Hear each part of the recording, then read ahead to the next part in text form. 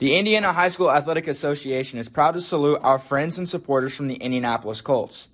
Thanks also to Wilson, the official game ball. Indiana Farm Bureau Insurance, stop knocking on wood. The Indiana Pacers and Indiana Fever, proud to support Indiana's game at all levels. Methodist Sports Medicine, the official sports medicine provider for all state championship events. Ivy Tech Community College, reach your goal at Ivy Tech. Sharp Business Systems, saluting great athletes and even better students. Sports Graphics, turning our creativity into your results. Herff Jones, the official championship ring provider for the IHSAA. Indiana Careers and Construction Association, built to succeed. Franciscan Health, inspiring health. Connecticut, life is better with Connecticut water. Indiana Tobacco Prevention and Cessation Commission, hashtag don't puff this stuff. And Double Edge Media, proud photographer of the IHSAA.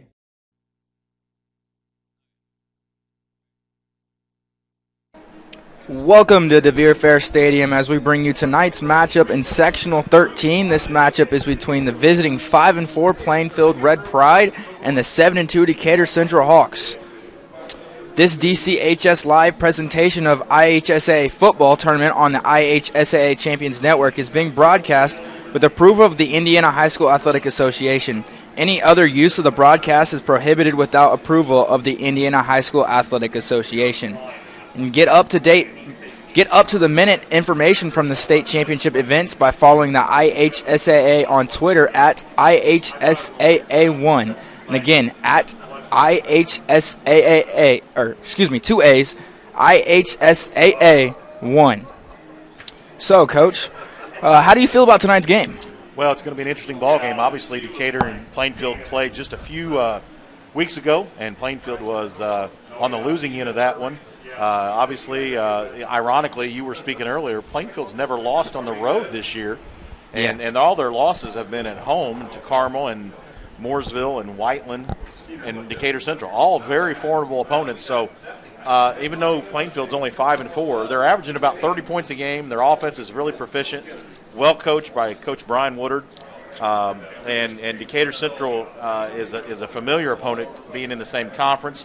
So this should be a really good ball game. Obviously, Decatur Central's ranked number 4 in 5A in the Sagarin ratings, but Plainfield is really also right there. They're 13th in the coaches poll, and Decatur's 6th in the coaches poll. So the state is understanding that Plainfield's got some talent, and this game is probably going to be closer than a lot of people think.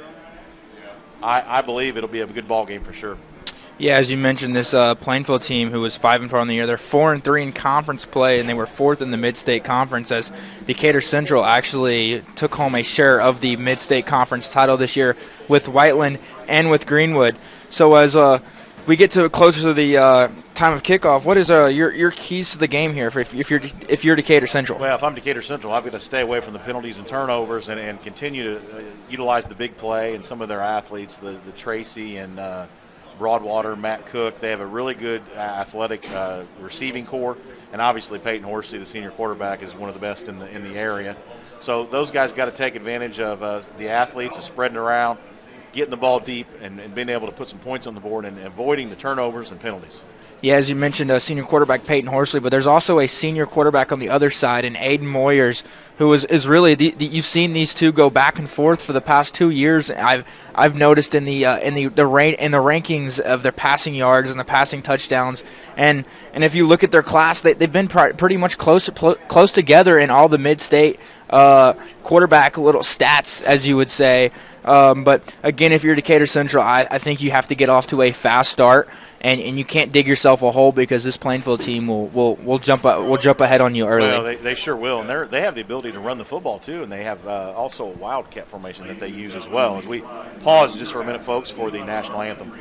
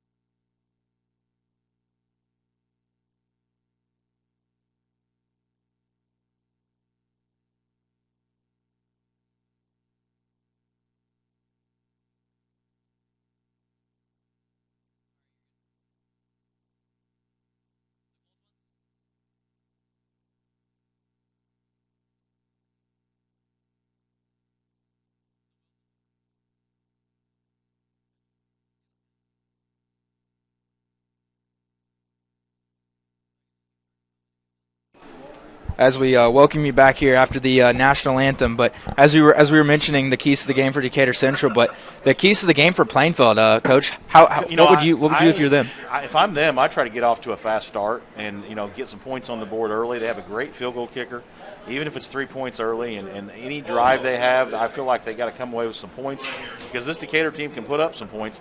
And I also feel like they got to eat up the clock and have great special teams. I mean, I think special teams for both these teams have to be special for them to come out victorious. That hidden yardage battle that we always talk about, that great punt coverage, good kickoff coverage, and maybe a mistake or two, a key on a punt block or something like that. Those are all keys and hidden yardage that a lot of people don't see. But that's the difference in a lot of ball games when close teams like this. Yeah, I mean, if you're playing foot, you really got to throw the first punch. I mean, they're a team that they average 12 points a game or 12 points in a first quarter, and this Decatur Central team only averages 5. So the Plainfield is going to look to get off to a fast start and keep their foot on the gas pedal. And Moyers and Nito, I think that's their running back's name, Nito the third, is they're gonna look to get on the right end of the scoreboard and keep their foot on that gas pedal the whole entire time. Yeah, you mentioned Nito, the number 42. He's the 5'9", 210-pound 11th grader. Really good running back. Yeah. You already mentioned Moyers, the 6'3", 170-pound senior. Beebe is a very good player, the number 6, 6'1", 210 senior. Hassong is very speedy wideout, 5'9", 160 sophomore. And Vanderbush, the 6'6", 200-pound junior, split in, is outstanding. And they're up front. They have a very good up front line across the board. Ponder, the 6'2", 315-pound guard, is obviously anchors that offensive line. Yeah, as you mentioned, Juan Nito the third, who has 859 rushing yards of the team's 1,290 rushing yards. So that makes up about 66% of the team's rushing yards, and he takes about 50% of the rushing snaps too. So if you see a guy running the ball tonight for Plainfield, it's most likely going to be Nito. And if Moyers and Nito can stay hot and keep firing in the second half, because it's really been a struggle is them keeping the fire in the second half. They really do good in the first half, but the second half, can they keep firing and can they keep going? And this Red Pride Plainfield team can put some pressure on the Hawks tonight. Well, I think they can because we mentioned Moyers already, who's a very capable thrower. And then you look at the receivers he's got to throw to with Hassong and Vanderbush and Beebe. That's as good a trio as anybody around the area. And then you obviously throw in Nito, who's a great running back. And, the guys up front they have are senior loaded. They're all seniors but one. So they have 4 out of 5 offensive linemen that are seniors. So this is a senior-dominated offense. Yeah. And I'm going to say, in Decatur Central, a little undersized defensively, maybe a little quicker, but a little undersized. So I would look for Plainfield to try to maybe get out and use that physical side that they have as an advantage. And as you mentioned, this Decatur Central team, give us a quick overview of how you think this Decatur Central team is going to approach this game tonight. Well, if I'm Decatur Central, I try to get the ball to my athletes in space and let them do something with it. I think the Javons and Peyton Broadwater and Hicks and, Peyton Horsley, all of those guys have an opportunity to touch the ball in this offense, and it's really tough to key on anybody. So the big thing is they got to make big plays when they have the opportunity and not turn the ball over and have no penalties. So I know it'll be a big game. Like tonight, it'll be a big game, and then obviously the Colts do come off a bye week too this week, so we're hoping the Colts actually get a win this week too. Yeah, as we're getting ready here for the kickoff, as on behalf of the Indianapolis Colts, good luck to all teams in their quest for the IHSAA state championship. The Indianapolis Colts are proud to be presenting sponsor of the IHSA football state tournament. As we are just about 35 seconds away here until kickoff. As the captains look to come out, as looks to be Jaden Evans and Dodo here for the Hawks. Yeah, and it's Moyers and Ponder on the other side for the Plainfield Quakers. And we'll get to see who Plainfield will receive the kickoff. And Decatur Central will be kicking from right to left on your television screen. So this sectional 13 battle is getting ready to get set here, and they won the toss and actually took the ball. And great night tonight, crisp night here tonight, and it's going to be a nice night for football for sure. Yeah, the Indianapolis Colts take a great pride in serving the youth of the Indiana by furthering the advancement of health, fitness, and the game of football through year-round activities. Over the 25,000 youth across the state are actively engaged in opportunities to lead a healthy lifestyle. Good luck to all teams participating, and thank you and for your continued support. As we are getting ready here for kickoff, Jackson Galovic looks to put the ball away back deep for the Red Pride here to return.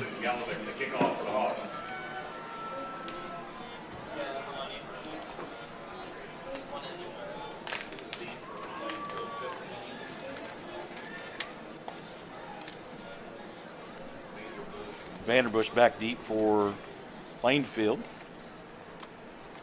And we're about set to get this one kicked off.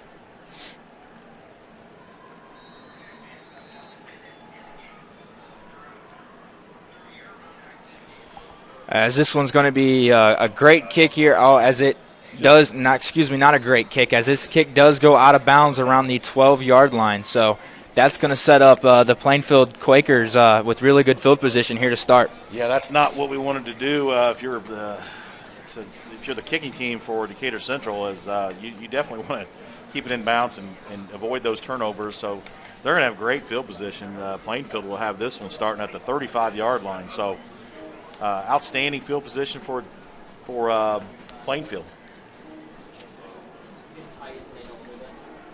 As you see here, the starting lineup here for the Hawks defense, you have defensive end number 4, Andy Gibson in the nose. You have Jaden Baker. On the other end, you have Keelan Dyson. Corners, you have Keenan Hicks. As Moyers will be in the shotgun here. He'll have trips to his right. This is going to be a quick handoff here to Nito, and he's going to break free, and he's got an open space as he's at the 30, and he's going to be pushed out of bounds around the 25-yard line. Again, that's a good run there by Nito. Well, we spoke of Nito earlier, and he has the ability to run the ball, and they have a great big offensive line. And that particular play, they were able to get a hole right up the middle and then break it back to the sideline. So big run, and they're going to go hurry up now. As Moyers will be in the shotgun, he'll bring Nito back to his left. He'll have trips to his left as what looks to be a offsides here on on Christian Sweeten, so that's going to be a five more yards here for the Quakers. Yeah, that's going to give the Plainfield a free 5 yards, and it's going to be 1st and 5 from around the 20-yard line. So not the start that the Decatur Central Hawks would like to have, but this has been typical of Decatur Central this year. Penalties for sure has been for sure. So Moyers will be in the shotgun. It'll be a quick pass here, and it's going to be caught around. And it's going to be tackled around the 12-yard line. Yeah. It was a good just throw out to the side there. BB was on the catch, and he has great hands and great speed, was able to get up the field as they're continuing this kind of a hurry-up offense here with BB and company and Warriors at the shotgun. So same kind of formation. Yep, as a shotgun, it'll be a quick handoff here to Nito right up the middle, and he's maybe got 3 or 4 yards. Again, Plainfield is kind of mixing it up so far, run, pass, and has kind of got Decatur Central a little bit off balance after the big run by Nito and the catch and run by BB. So the linebackers here for the Hogs, you'll have Tank Stevens, Damon Porter, and Jaden Evans here, as Moyers will be in the shotgun of Nito to his right. As it's going to be another... Oh, nope. Just getting a play from the sideline here as Moyers is getting them set again. It looks to be shotgun formation still. So as Moyers will take the snap, it'll be a quick inside handoff to Nito as he's going to get down around the 1 or 2 yard line. And it is going to be a first down, so it'll be 1st and goal from about the 2 yard line as they're still in hurry-up mode with Moyers in the shotgun formation and Nito just to his right. As it's going to be a quick handoff right up the middle to Nito, and he looks to be in, as that is going to be a touchdown Plainfield. Nito in on the 2 yard keeper. So Nito was all as advertised on that play. He's their leading rusher, and you can see why. He's a junior, and he's got great size at 5'10", 210 pounds, and has really nifty, nimble feet, and can do some things behind that big offensive line. So Plainfield strikes first here in this contest and looks to go up 7-0 with the impending extra point.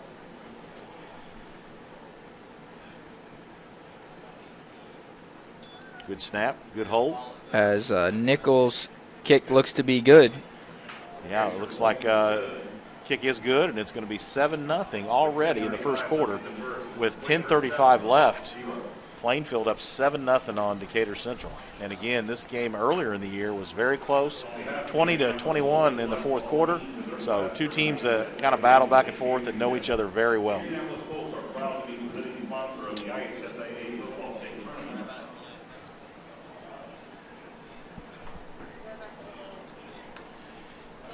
You're good at being you. You've been you for years. Indiana Farm Bureau Insurance is good at your insurance.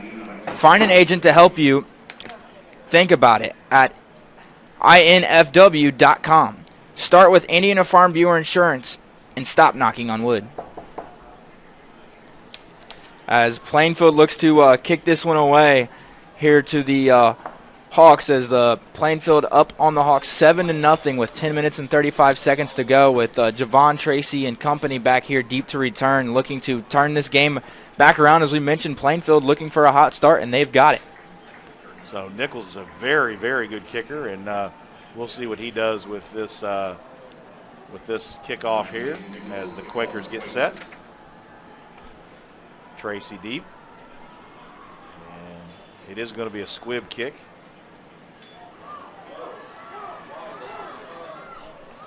Takes a good hop, and Decatur Central was able to return that to around the 25-yard line. So Will Starks was the one on that carry. So it'll bring out this Decatur Central offense with Peyton Horsley and company coming out here to look to get the Hawks on the scoreboard. So if you're Peyton, obviously you want to answer. You want to answer with the score. You're up down. You're down now 7-0 already in the first quarter, and your first series, it puts a little bit of pressure on the Hawk offense to answer with another score. So Peyton Horsley will be in the shotgun. He'll have Caleb Hicks to his left, who will send in motion. You'll have trips to the side, and Javon Tracy will be in motion back to the far side. Snap comes, and it's going to be a quick throw right over the middle to, I think the intended receiver there was Jaden Evans, and the pass falls incomplete. Sure was. Jaden Evans had broke free and was actually open at midfield, and it was just overthrown just a little bit. So good play call. It was there. It just wasn't executed by the Hawks. So it'll bring up 2nd down and 10 for Decatur Central. So as Peyton will look to be in the shotgun here, he'll have Caleb Hicks to his behind. He'll have Javon Tracy and Keenan Hicks Peyton Broadwater here to our side. The snap's a little high. It's going to be a quick handoff to Caleb Hicks over the right side, and he's going to pick up maybe 8 or 9 yards here, and it'll bring up about 3rd and 2 for the Hawks. Great run by Hicks as he was able to get the corner and turn it upfield, plant his foot, and get near a first down, probably a couple yards short. Looks to be 2 yards short. So it'll be 3rd down and a manageable 2 for Decatur Central. 3rd and 2 for the Hawks.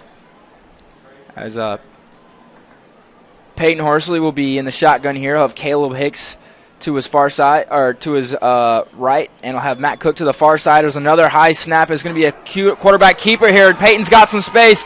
He breaks over the 40, and he's going to be pushed down around the 42-yard line the 38-yard line, as there is a flag on the play. Yeah, it looks to be holding versus Decatur Central, and I'm sure that's what the Plainfield sideline was indicating. And to me, it looks like this one might be coming back. But it might be after the first down. It already happened. Holding on the Hawks. So, yeah, it is holding on the Hawks as the Hawks are backing up. But I think, like you said, it's from the spot foul, so I think the first down has already happened. Yeah, it's going to be a first down. So the chains are going to move, and the Hawks will have it in the Plainfield territory at the 48-yard line. But it will be the penalty will be assessed from there. So it's a loss of about 10, 12 yards. But, again, it is going to be a first down after the The hold happened after the. So yeah, it looked like a wide receiver downfield was holding. So as Horsley will be under center, he'll have Jaden Evans and Javon Tracy in the backfield, and he'll have Peyton Broadwater to our side, Matt Cook to the far side. Plainfield really crowding the ball and playing man coverage here. This is going to be a quick handoff up the middle here to Javon Tracy as he's going to hold on to the football and pick up maybe 7 or 8 yards here. He's also going to be near a first down, Dakota. I mean, he is turning his feet and was able to get upfield, so it's going to be a very manageable second down and 3. So the Hawks offense is all open to him as both teams seem to be really moving the ball here so far. Yeah, as they do. As we saw the first possession of Plainfield really march down the field, and that's what Decatur Central has really done. So it's going to be the same formation here, but Caleb Hicks is going to be in the far back. Peyton Horsley under center, and it's going to be a quick handoff right up the middle to the fullback dive there, but the Plainfield Quakers all over that one. Yeah, it was just a quick dive right up the middle, and it looked like Plainfield had brought some people and might have even thrown the Decatur Central running back for a loss. So it's going to bring up third and about 5. Yeah, it looked like Jaden Evans really ran into his own lineman there, bounced off his own lineman, and then really had nowhere to go. He was kind of pushed. Plainfield is really crowding the ball. They've got a 3-man defensive tackle front, and they're bringing linebackers up in the gaps and on the edges to really almost make it a 5-man front at times. So as Horsley will be in the shotgun, he'll move Jaden Evans to his left. Snap comes, and it's going to be a pass here to Peyton Broadwater, and it's going to be a first down, and it'll be pushed out of bounds around the 28-yard line. You know, and it seemed like that play took forever to develop, and the ball was in the air forever, and Plainfield just kind of let him catch it. It was in the air for a long time, and it was definitely a big play. And the Hawks are in territory. They're in the driver's seat now. They have all cylinders firing. Yeah, as they do it, as you mentioned, that ball was really floating up in the air, and Peyton Broadwater really let it come to him. He didn't really go to the football, which was kind of surprising there. As Matt Cook will be to the far side, Peyton under center, Jaden Evans and Caleb Hicks into the backfield, and it's going to be a quick handoff right up the middle to Caleb Hicks as he's going to stiff arm one guy, and he's going to keep his feet moving, and he's going to be past the 20-yard line as there's going to be a flag down on the play. Yeah, I think that one might go on the Quakers as we'll see what the referees do and sort this one out. It is going to be a face mask, and that's going to be tacked on at the end of the run. So that's going to move to the Hawks inside the is it a 10-yard or a 5-yard penalty for in high school? It might be a 15 actually. So it's going to be a first down and goal, I believe. We'll see if they mark it inside the 10. It's just going to be outside the 10. So there is a chance to get a first down. So it's going to be first down and. Still have a chance around the 4-yard line to get a first down. So this is a great position for Decatur Central to be in. And they've been able to mix some run and pass in as well. So as you'll see, Peyton Horsley, he'll be under center, Jaden Evans in his backfield, Peyton Broadwater to our side, and Matt Cook to the far side. Snap comes. It's going to be a quick end around here to Caleb Hicks, and he's going to keep his feet moving, and he maybe have 2 or 3 yards on that play. You know, a very good positive run, and Decatur Central has a nice balance so far of run and pass, and they're really running on the edges as well as throwing the ball. So pretty good mixture here, well-balanced offense. So it's second down. Yeah, so that's going to bring up, second and about 7 or 8 here for the Hawks. As Matt Cook will go to the far side, Peyton Broadwater to be to our side. Peyton Horsley under center will send Caleb Hicks in motion, and it's going to be a quick halfback dive right up the middle, and he's going to maybe pick up about 3 on that run. Yeah, it's going to be third down and 4 for Decatur Central, as this is probably 2-down territory for Decatur Central, as they've kept it on the ground here the last couple of plays, and I see no reason why to change their philosophy. 2 more like that, and it'll be first and goal. It sure will. There's just under 7 minutes and 30 seconds here remaining in the first quarter with Plainfield 7, Decatur Central 0. You know, and Plainfield's got to start taking some chances defensively and bringing some people.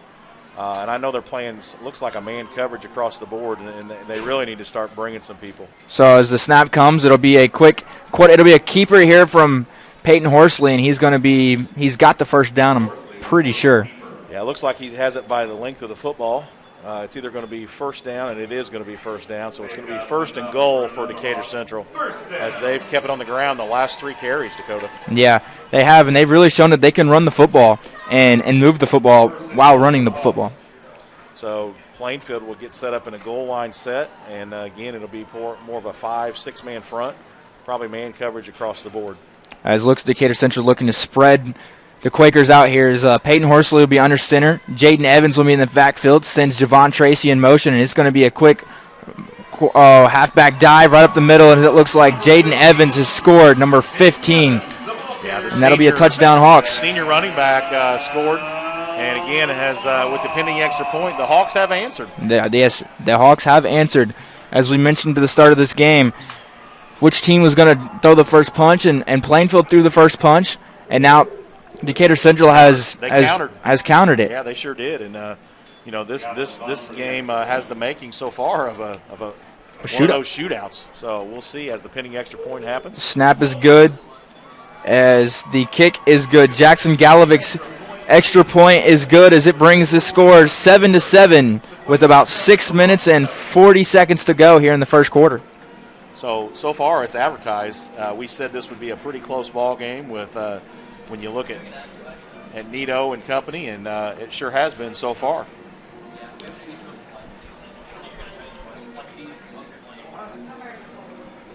With more than 40 locations, 100 programs, and 1,000 online classes, Ivy Tech Community College has you covered.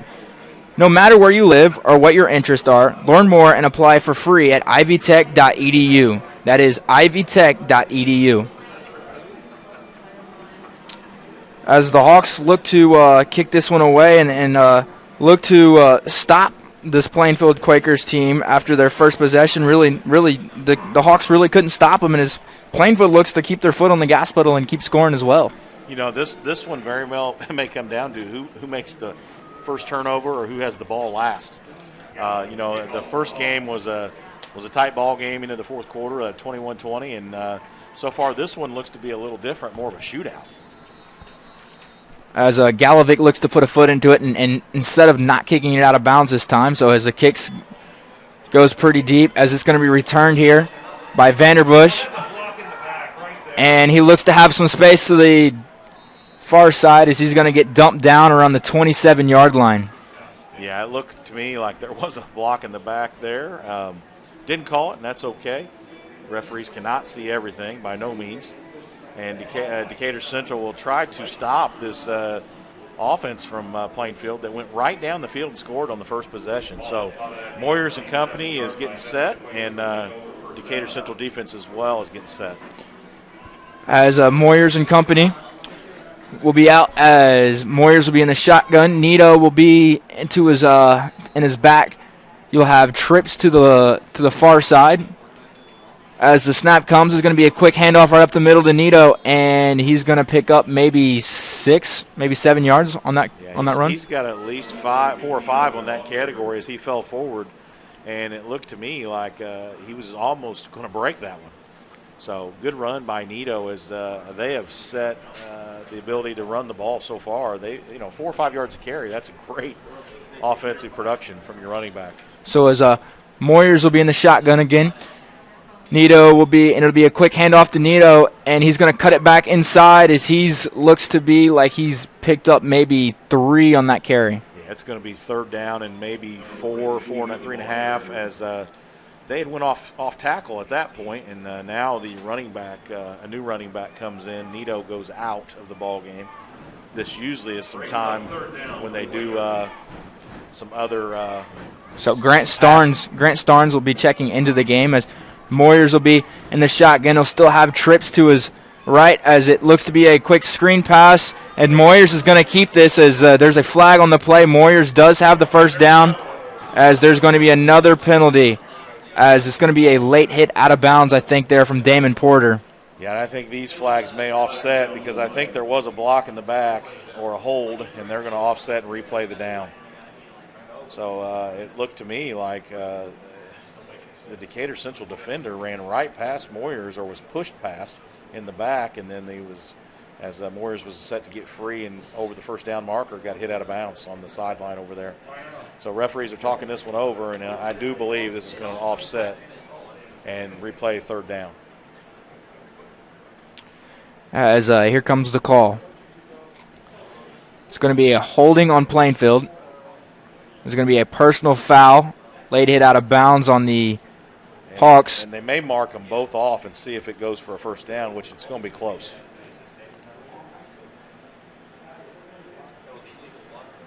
They're going to mark the 10 off on the hold and go back 15. And it's going to be close or near a first down. And so there's the mark off on the hold on Plainfield. And now he's going to go back 15, and it's going to be awful close to the first down marker, and it's going to bring up. If it's not, it's going to be about a 3rd and 1. Yeah, it's going to be just a couple short. So it's still going to be third down, but it's going to be third and about 3. Yep. 2.5. So we'll see what they do so far, and Nito looks to be back in the ball game at tailback, I believe. So Plainfield has been running the football very effectively behind Blake Woodard, and he's kind of that super back for them. He does a lot of things for them. Can catch it, can block, and I think he's even got a carry this year possibly. So Blake is kind of the jack of all trades, can do a lot of things for them. Number 46, the junior. And then that offensive line obviously is very talented, led by Ponder. Decatur Central counters with its own. Foster Worth's pretty good up front. Yeah. Decatur Central too. So that's going to bring up 3rd and 2 here for the Quakers, as there's going to be Moyers will be in the shotgun. Nito will be to his backfield. Looks like kind of an off cadence here. They're trying to draw Decatur Central offside.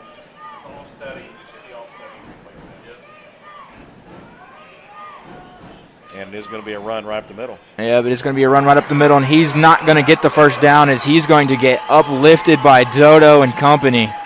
Yeah, it looked like Decatur Central was ready for that. Not only ready for it, I think he might have threw him for a loss or right at the line to gain. So it's going to bring up 4th down as Plainfield's going to look to punt this ball away. And you got to be careful because Vanderbush, I believe, is their personal protector.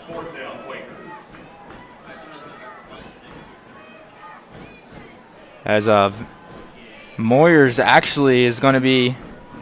He is their punter. He is their punter. So I wouldn't be surprised if they go for it here, as long as that was taken as and they are going to go for it, as there's going to be the time clock might have expired. As there's going to be a timeout, Decatur Central, before the play was ran.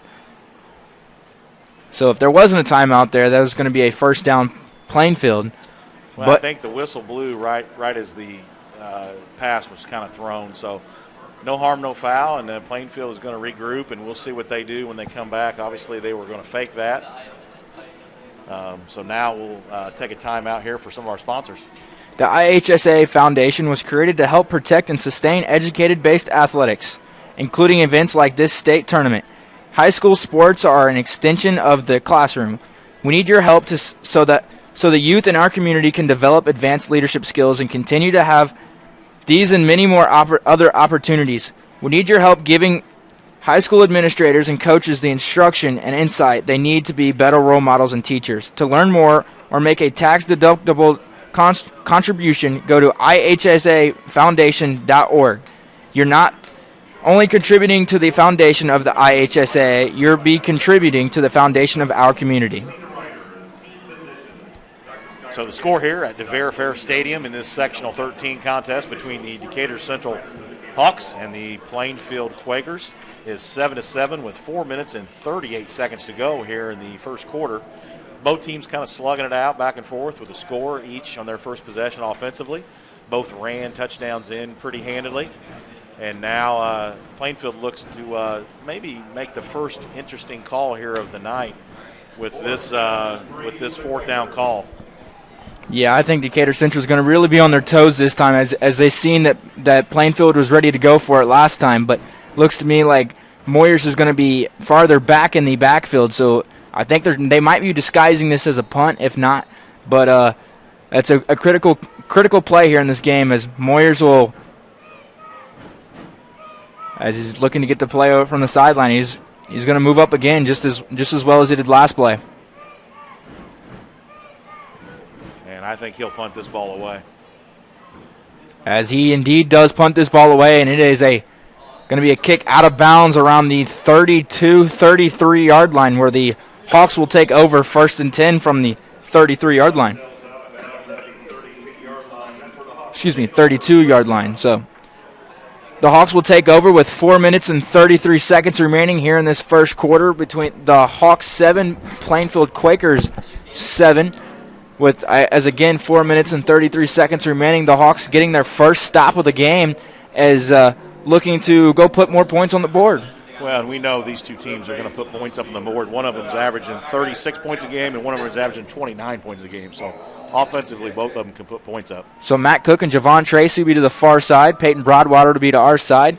Peyton Horsley will be in the shotgun. He moves Caleb Hicks to his right, and it's going to be a quick quarterback keeper as Peyton's going to show some speed here as he's got some room. He's going to make a few guys miss and make a spin move right over the middle, and he's going to get about to the 37, 36-yard line, and that's going to be a first down Hawks. Yeah, and he got a lot of pressure and was able to escape the pressure and really get out of there and make a great run out of it. So great run, as you see here. They had brought some pressure off the edge, and he was able to step up and avoid it and get around the edge and outrun the Plainfield defense, and was able to really make a couple good defenders miss, and great run by Peyton Horsley. As he has shown all year that he is a dual threat at quarterback. As Peyton Broadwater and Javon Tracy will be to our side. Matt Cook will be to the far side. Peyton sends Caleb Hicks and Jaden Evans in motion as the snap comes, and it's going to be a quick give up to Caleb Hicks over the right side, and he's going to get maybe 6, maybe 7 yards here, and this is going to bring up 2nd and 3 on the 31-yard line. Yeah, Decatur Central has kind of inflected the run here lately. I mean, they have really established a good running game, which will open up that passing game. Some of those you talked about earlier, Peyton Broadwater and Matt Cook and Tracy all can catch the ball out of the backfield as well as down the field. So as Peyton Horsley will be under center this time, this will be a handoff to Javon Tracy right up the middle, and he's going to get the first down.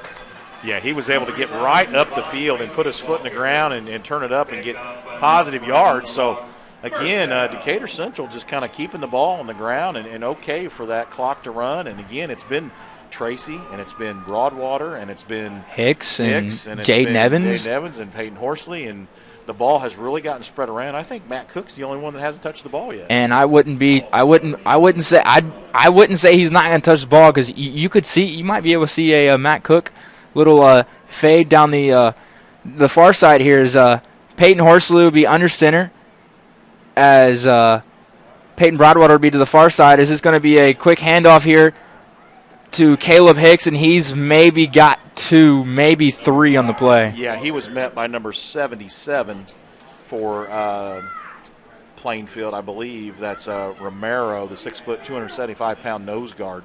Senior. Yeah, good player for them. Like I said, they are big up front at Haston and Romero and Strange, the 6', 295-pound sophomore. Mason Scott is an excellent linebacker, along with Beebe, Herbeck, Anderson, Vanderbush, and Hassan round out the defense for Plainfield. Very good defense up front. So bringing some pressure here.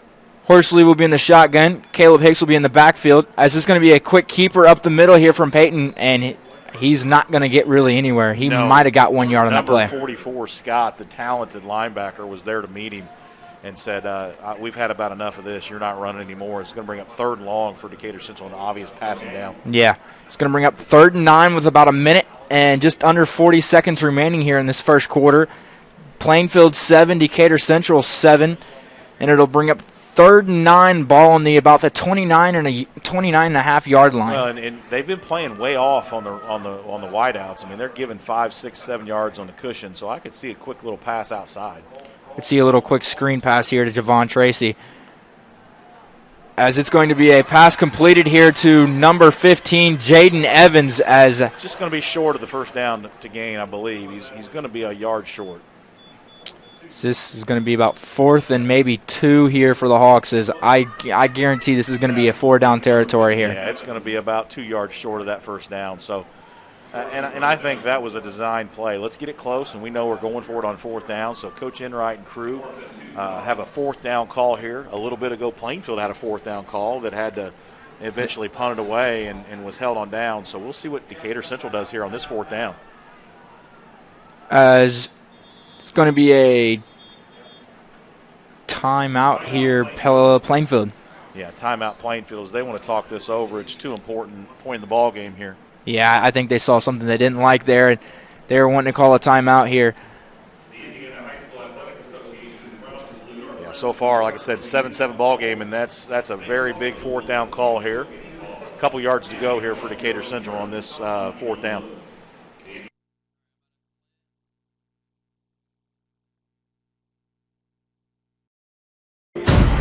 It's your team's reward for following virus protocols all season long. It's high school football tournament time in Indiana, and this is sectional weekend. Follow your hometown team in person, on the radio, or at ihsaatv.org. It's been a tough year. Your school has earned this. You deserve this. This is your IHSAA.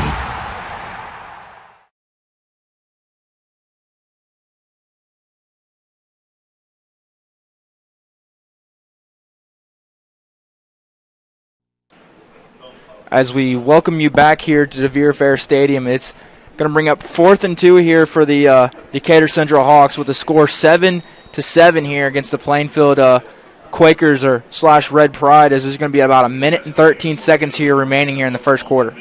Well, and Plainfield obviously is looking to put some pressure. They've really been packing the box and really getting after Decatur Central, and Decatur Central's been kind of finding some running lanes. And so this is going to be an interesting 4th down call to see if Decatur Central gambles and puts it in the air, or is conservative and just tries to get the 2 yards on the ground. So they break huddle, and again, looks to me like that 5 or 6 man front for Plainfield as Decatur Central gets set. So as Peyton Horsley will be under center, he'll have Jaden Evans in the backfield. As it's going to be a pass here. As it's going to be. It is going to be pass interference as he was grabbed in the end zone. So and the ball was just off the fingertips, it looked like, of Tracy, as the Plainfield Quaker had grabbed him right about mid the end zone. So it is going to be pass interference on Plainfield. So that's going to be, it's going to tack on a few yards, and it's going to give the Hawks a free first down. Yeah, it's going to be a first down. And, we've talked about penalties and turnovers in this pregame show and how that would be crucial. And so far, that's a big, crucial penalty by Plainfield, as they had really had a chance to get the ball back.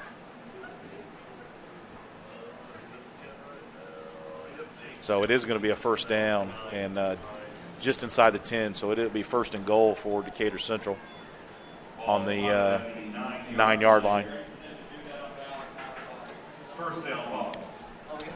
So it's going to be 1st and goal here on the about 9-yard line. And it's going to be about 1 minute and 8 seconds remaining here in this first quarter. Peyton Horsley will be in the shotgun. Caleb Hicks will be to his behind. You'll have Javon Tracy to the far side, as this is going to be a quick quarterback keeper here from Peyton Horsley, and he's maybe got a yard. Yeah, he might have got to the original line of scrimmage, and that's about it, as Plainfield covered that ball. It's kind of a quick speed option from, and he really had nowhere to go. And, again, they had the short side of the field over here has kind of helped out the Quaker defense. So bring up 2nd down and goal. So as you'll have Peyton Horsley in the shotgun, you'll have Jaden Evans in the backfield. You'll have trips to the far side, Peyton Broadwater to the near side, as it's going to be a throw off the fingertips there of Javon Tracy. Yeah, he had a corner route, and he had a step on the receiver, on the defensive back there, and he just off the top of his fingertips as that ball came incomplete. As now it's 3rd and goal for Decatur Central. And, that was a kind of a difficult ball there to catch. It was kind of over the shoulder in a way, and he had to check it all the way behind his head. Well, and the ball was thrown from this hash all the way to the other corner of the end zone. It it was going to be a difficult catch to make, but we've seen him make difficult catches all We have year. seen him catch difficult catches all year, indeed. So this is going to bring up 3rd and goal here from about the 9-yard line, as Peyton will be in the shotgun. He'll send Jaden Evans in motion. It's going to be a quick handoff right up the middle here to Caleb Hicks, as he looks to be close to getting in, as this might be a 4th down and 1 here on the half-yard line, as Caleb Hicks he looks like to be down. He lost his shoe, so he's got to get his shoe back on, it looks like. So got a little bit of equipment timeout, and the Hawks are inside the 1-yard line. So it is going to be 4th down and goal. Obviously, they're going to you think they're going to go for it, because even if you don't get it, you're pinning the opposing team right there close to the end zone. You could possibly get a safety. And this clock's probably going to run. It should anyway. And this is going to be the end of the quarter more than likely. So the Hawks can wait this out and talk this over. And it's going to be the end of a quarter here in a minute. So 3, 2, 1, and that is the end of the first quarter with Decatur Central 7. Plainfield 7. We're going to switch ends here and go over 4th down and 1. We'll have an opportunity here to see what Decatur Central does on this 4th down call. As the official sports medicine provider of the IHSAA for over 30 years, Methodist Sports Medicine and our athletic trainers on the sidelines for each state finals event wish the best of luck to all competitors. With 6 locations across central Indiana, Methodist Sports Medicine's highly skilled physicians continue to provide the best in-house orthopedic care, including prevention, treatment, and rehabilitation. For more information about Methodist Sports Medicine and our services, visit us online at methodistsports.com. That is methodistsports.com. This is going to bring us to about the start of the second quarter here with the Hawks 7, Plainfield 7, as we switch ends here. And this is where you don't want any penalties if you're Decatur Central. You got the 4th and a half yard to go on the 1-yard line. You've been running the ball really well so far with Caleb Hicks and Peyton Horsley. And so we'll see what we do here. Decatur Central will have a 4th and 1 call from the 1-yard line. Obviously, Plainfield will have the box stacked, and it'll just be who's a little stronger up front to win this battle. Yeah, I'm not quite sure if you're the Hawks here, you throw the ball, as it's going to be a huge up the middle here, as it looks to be like Plainfield sending all 9 up the middle here, as the Peyton Horsley will be under center, and they're just gonna push him right on in, as this is going to be a touchdown Hawks, as Peyton Horsley, number 12, gets in for his 10th rushing touchdown on the year, as the Hawks will take a 13-7 lead pending extra point here from Jackson Galovic. So big answer, as Decatur had stopped and made the Quakers punt it away, and now they took the ball down and put another one on the board with the pending extra point. Could be 14-7. Decatur Central taking the lead here early in the second quarter. As the snap is good, the kick looks to be good, as the Hawks will take a 14-7 lead over the Plainfield Quakers with 11 minutes and 55 seconds remaining here in the second quarter. So Decatur Central did answer after initial kind of back and forth touchdown, and then they were able to get a stop. And still there's been some penalties. Obviously the key penalty on that one was the pass interference call on Plainfield in the end zone. Again, the referee was right there and made the call. Close call, but in this particular game, I think 2 evenly matched teams, those type of close calls are going to be in this game, as Decatur Central will look to kick this back off again, and their kickoff's been a little iffy. Earlier they kicked it out of bounds, so be something to watch for. Yeah, we'll see what happens, as Plainfield's very capable of returning a kick on you with Vanderbush back there, I believe, and he's very good.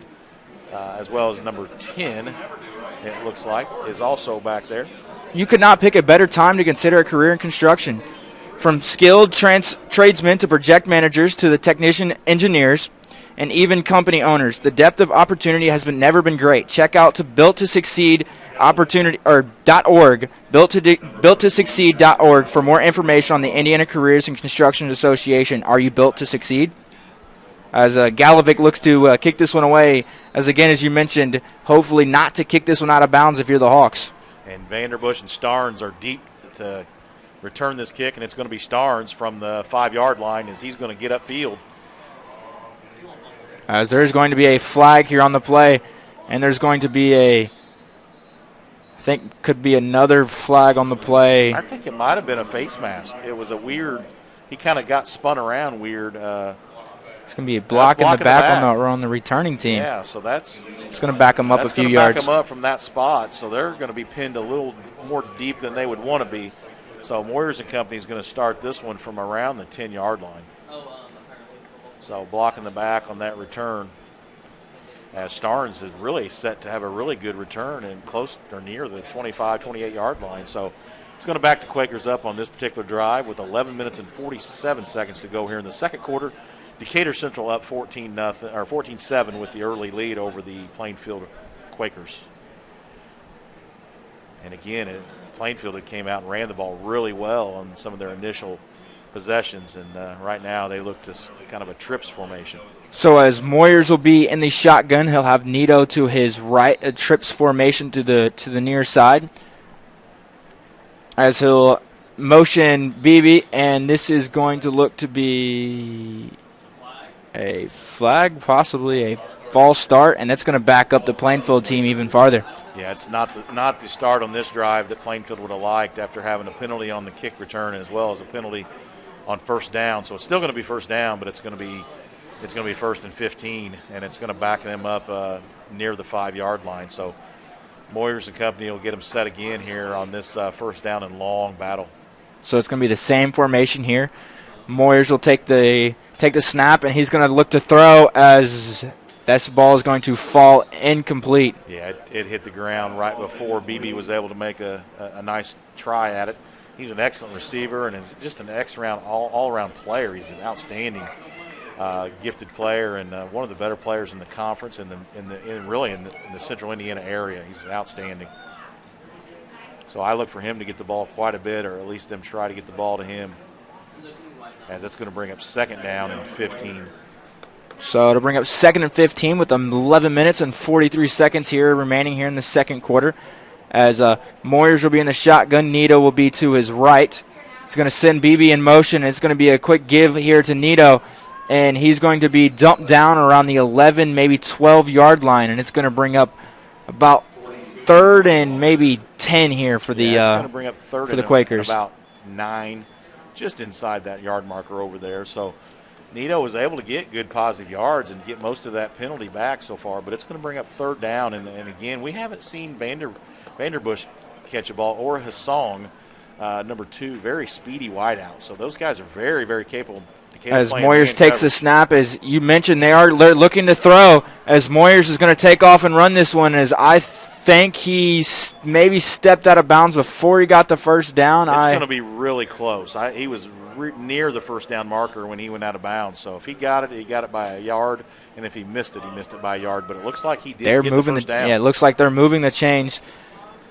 So it'll bring up first and 10. It'll be a first down, and the ball will be on the 20-yard line with just above 11 minutes to go here in this second quarter with 1 minute and 2 seconds remaining. Plainfield hurrying up and trying to quicken the pace up here. As Moyers takes the snap, and it's going to be a quick handoff here to Nito, and he's going to get about maybe 5 yards on the carry. So good first down by Plainfield as they were able to get up to the line quickly and call a good running play that netted them 5 yards. Decatur Central looks a little bit off defensively. You know, it just seems like they're not flying to the football like we've seen this year. As Moyers will be in the shotgun, he'll move Nito over to his left, and it's going to be a play-action pass here as Will Starks is going to be great there on the good coverage there from the Hawks, as this is going to bring up third and 6 here for the Quakers. Definitely manageable down as looked like they were going to Vanderbush, I believe, on that play, and he's a very talented wide receiver, probably a Division I type talent. and he has been big for the Quakers this year, and it's gonna be. Looks like Moyers looks to be shaken up. So we'll see here what we do on third down, and that's gonna. He's gonna fall down. Yeah, that's gonna be. They're gonna have an injury timeout at this point.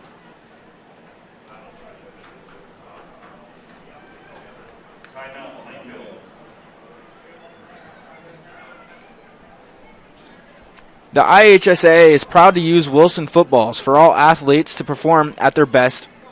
They require the best. For over 100 years, that's what Wilson has delivered. Not only is Wilson used on more high school football fields than any other brand, but it's also the official ball of the NFL and college football in the college football playoff. Learn more at wilson.com.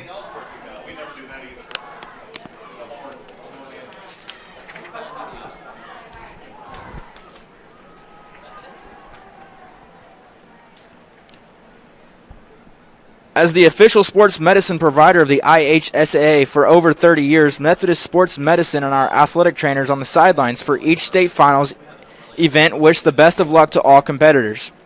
With 6 locations across central Indiana, Methodist Sports Medicine highly skilled physicians continue to provide the best in-house orthopedic care, including prevention, treatment, and rehabilitation.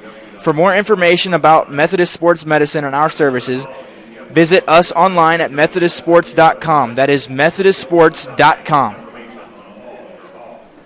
So Moyers is helped off the field, and the backup quarterback has been Vanderbush, and Beebe's been a backup quarterback at times and ran some wildcat. So we'll see what Plainfield does here on this 3rd down and 5.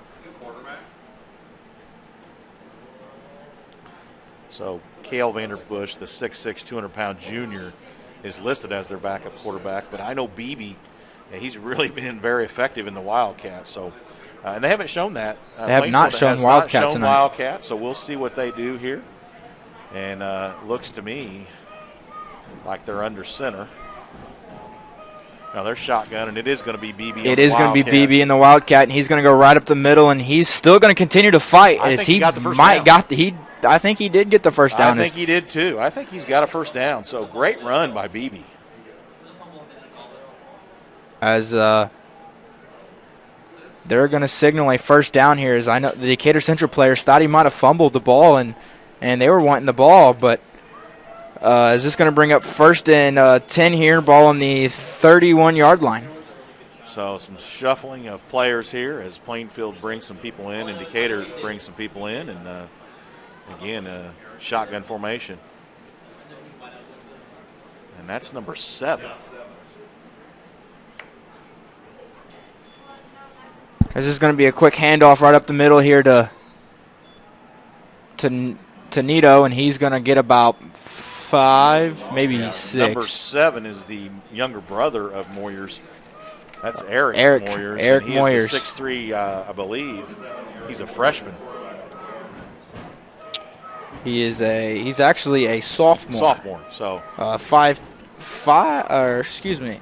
170-pound quarterback. He's in the shotgun. He sends Beebe in motion. He's going to be a quick play action here. Set up screen pass, and his pass is going to fall incomplete, intended for Beebe. Yeah, it looked like Damon Porter, I believe, was right there on the coverage as Moyers had turned to throw and had a guy kind of open and just missed him and didn't set his feet. But he had a guy open. So Plainfield is kind of regrouping here as the younger Moyers is taking over at quarterback and leaving Vanderbush and Beebe out at wideout. So as the younger Moyers will be in the shotgun, you'll have you'll have Vito to the backfield, and it's going to be a quick handoff to Vito, and he's going to. I think he's going to be just short. About 2 yards short, and it's going to bring up 4th and 2. I think they'll go for it. As it looks to be. They bring in some big linemen. Yeah. Big linemen here. Yeah, and so did Decatur Central. So Foster Wirtz and definitely a wildcat. Probably Beebe's going to get this ball, and he's going to try to go right up the middle here, if anything. Yeah, he was successful earlier. And and their punter is not in the game either. So yeah, as you see in wildcat here from Beebe, and he's going to pass it, and it catches the Decatur Central team off guard, as Devin Davis is going to eventually take him down over at the 20-yard line. As it's going to be Blake Woodard. That's going to be a huge play by Blake Woodard, the kind of super back as we call him. He's been able to block and run and catch the ball. So big play by Plainfield and Blake Woodard there as he stumbled down the sideline and got the ball almost near the 20-yard line after a big throw and catch as Blake Woodard, big catch and run. As Little Moyers will be in the shotgun, he'll hand it off here to Nito, and he's going to get maybe 3 as he falls forward.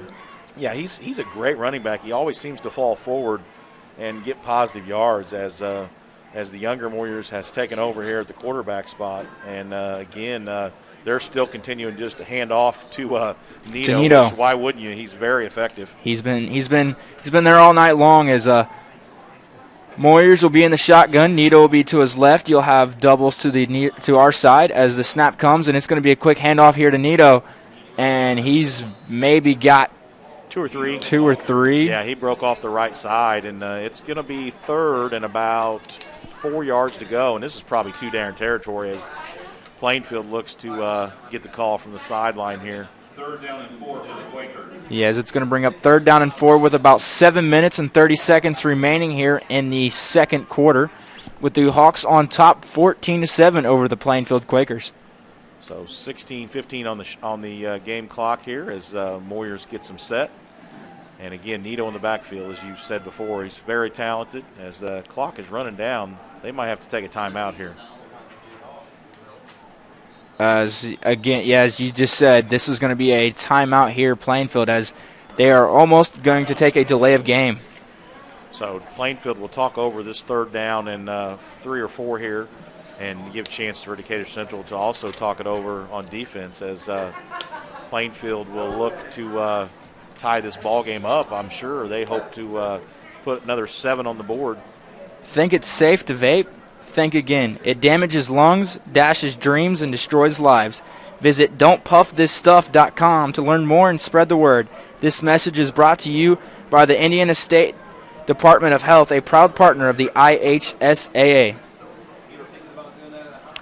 So as you mentioned, this is going to be a big third down and 4 here for the Plainfield Quakers, because if you don't see them pick up or get anywhere close to the first down marker, I think they could bring in their kicking unit, as they've shown that they have a really good kicker this year, just to get some points on the board here. Yeah, their kicker is outstanding, number 96, Harris Nichols, I believe. Yeah. And he is a 6'4", 200-pound senior, great kicker, as Plainfield has a great tradition of kickers.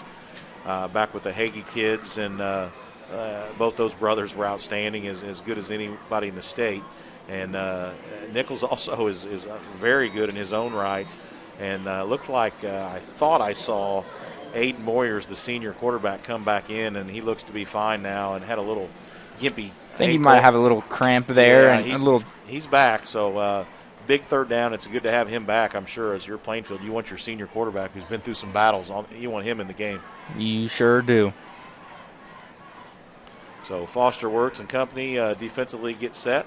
As Moyers is in the game, but he's going to be lined up as a wide receiver, as the Quakers are still going to stay in that Wildcat formation. I think we got timeout Decatur Central. Timeout Decatur Central, as there's 12 men on the field, as we're hearing around here, is that's why the Decatur Central team is calling timeout. Yeah, it looked like they had 12 on the field, so might have had a package screwed up there, as they had an extra lineman in there. So now to give a chance to think about it a little bit more after Plainfield had came out and showed their hand on this 3rd down, and Decatur Central calls timeout to talk this one over. So 3rd down this is a big one, and if you're Plainfield, obviously you want to answer that 7 that Decatur put up, and you want to answer right back. Sure, and you want to keep this ball game tied up and have an opportunity to win it going away. And if you're Decatur Central, you've got to think Plainfield's ran the ball very, very well, and the only pass play that they've had was off that Wildcat. Was off the Wildcat that really hurt them, the Blake Woodard pass. And other than that, it's kind of been the Nito show. He's been very, very effective running the football. He's got to be nearing 50 yards or so this half. So, this is a crucial play here in the ball game as Plainfield looks to get inside the 10-yard line and possibly get a first down, and Decatur looks to turn them away and maybe at least hold them to a field goal. And again, the Nichols kid is an outstanding field goal kicker. He's one of the better field goal kickers that we've seen all year. Yeah, he sure is. I was watching him in warm-ups here, and he was going from about the 35 and the 40, and he wasn't even looking like he was putting a lot of leg into it, and he was making it to the end zone like it was easy. I would say his range is close to 50 on his field goals, and again, we'll see as they're kind of coming Plainfield's out. coming out running in a Wildcat, as BB will take the snap, and he's going to run right up the middle, and he's going to keep pushing as it's going to be short. It's going to be short. It's going to be about 4th here and 1 as the. I'm not so sure. I wouldn't do the same play. Yeah, I would agree with you there, Scons. I think I would line up and just do the same play if I'm Plainfield. And it looks to me like they're going to do the same play to the other side. It's going to be about 4th and 3, 4th and 2. As you mentioned, it does look like they're going to run the same play as BB will. As there's going to be a Decatur Central look like they flinched a little bit, and that's going to be a first down by penalty. It's going to be yep. As we talked earlier, the first down penalty that happened in the end zone when Decatur had the ball, and then this one as they have returned the favor and have gave them a big penalty inside the 10 now. And see, you saw the emotion there from Christian Sleeton who made that penalty, because he knows what it's going to cost him in practice coming this week with that false start penalty, as Moyers will be in the shotgun. It'll be a quick handoff here to Nito as he's going to get dumped down around the 2 about the 3 yard line. Yeah, as it's going to bring up 2nd and goal. Decatur can't be happy with them being able to run the ball like this. Nito has just been running at will. He is an outstanding running back, but there has been some huge holes to run through. They sure has. Hats off to the Red Pride offensive line. Right now, they seem to be winning this battle up front. And it wouldn't surprise me if Plainfield goes back to the Wildcat, given the success that Greenwood had on the Wildcat close to the end zone. As it's going to be a quick handoff here to Nito, and he's going to score untouched. As Plainfield will tack on the pinning extra point here. Was Plainfield 13, Decatur Central 14, as Nito gets a score here. His 2nd score of the day, but there is a penalty. I think it was after the score. So we'll see what the penalty is. Again, it was after the score had already happened, so I think anything that happens here, it's a dead ball personal foul on Decatur Central. So it'll be assessed on the kickoff more than likely. So it's 2 back-to-back penalties there. On back-to-back plays, really, for the Hawks, as that brings their total to 4 penalties now, as they're getting closer to their average, and a half would be 5. So Nichols pinning the extra point here. Big extra point here. Sure is. And he's been very successful all year on his extra points. And like I said, Plainfield special teams are always very, very solid.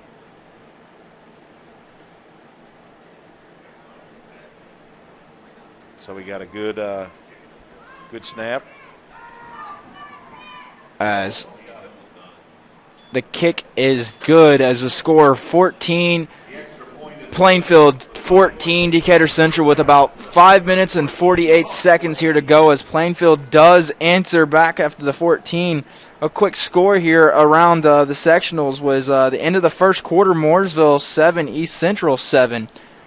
But as we mentioned, Plainfield looking to come back and answer Decatur Central's score here and tie this ball game up with 14 all, as Decatur Central looking to answer of their own and go up another score on the Quakers with about 5 minutes and 48 seconds to go.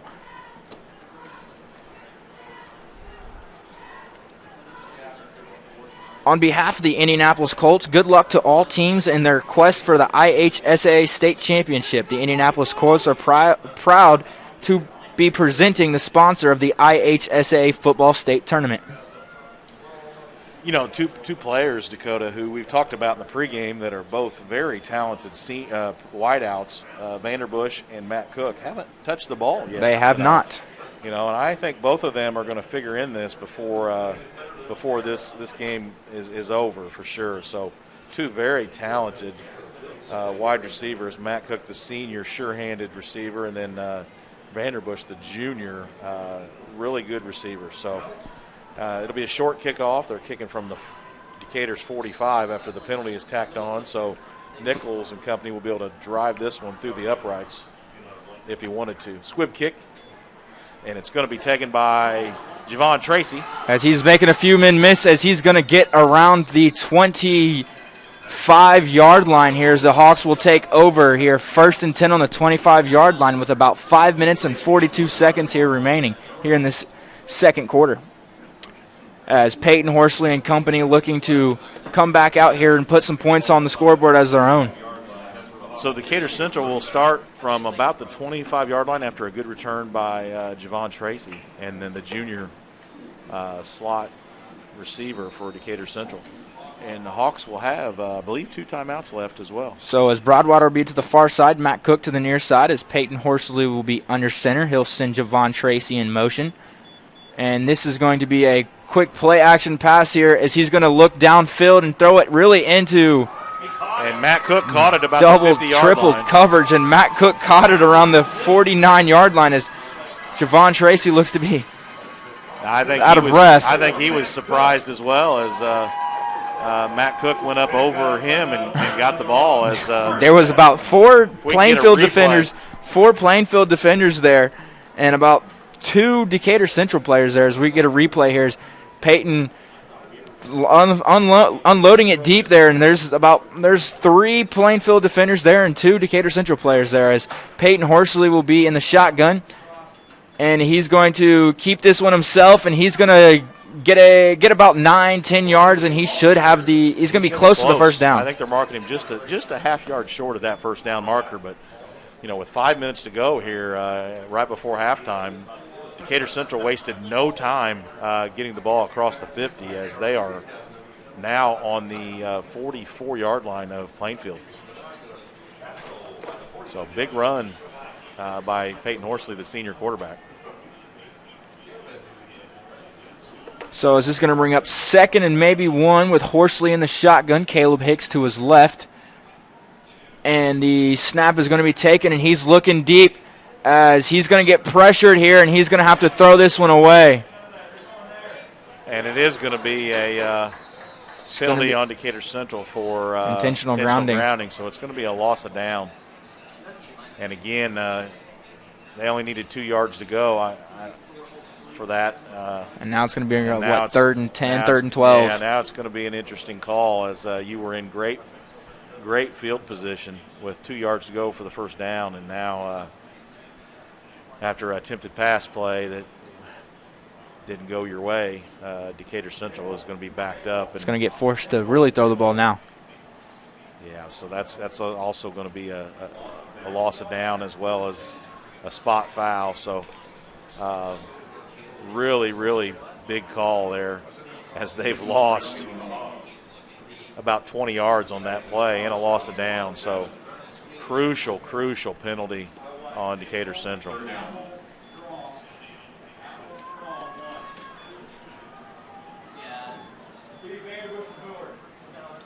So here we go.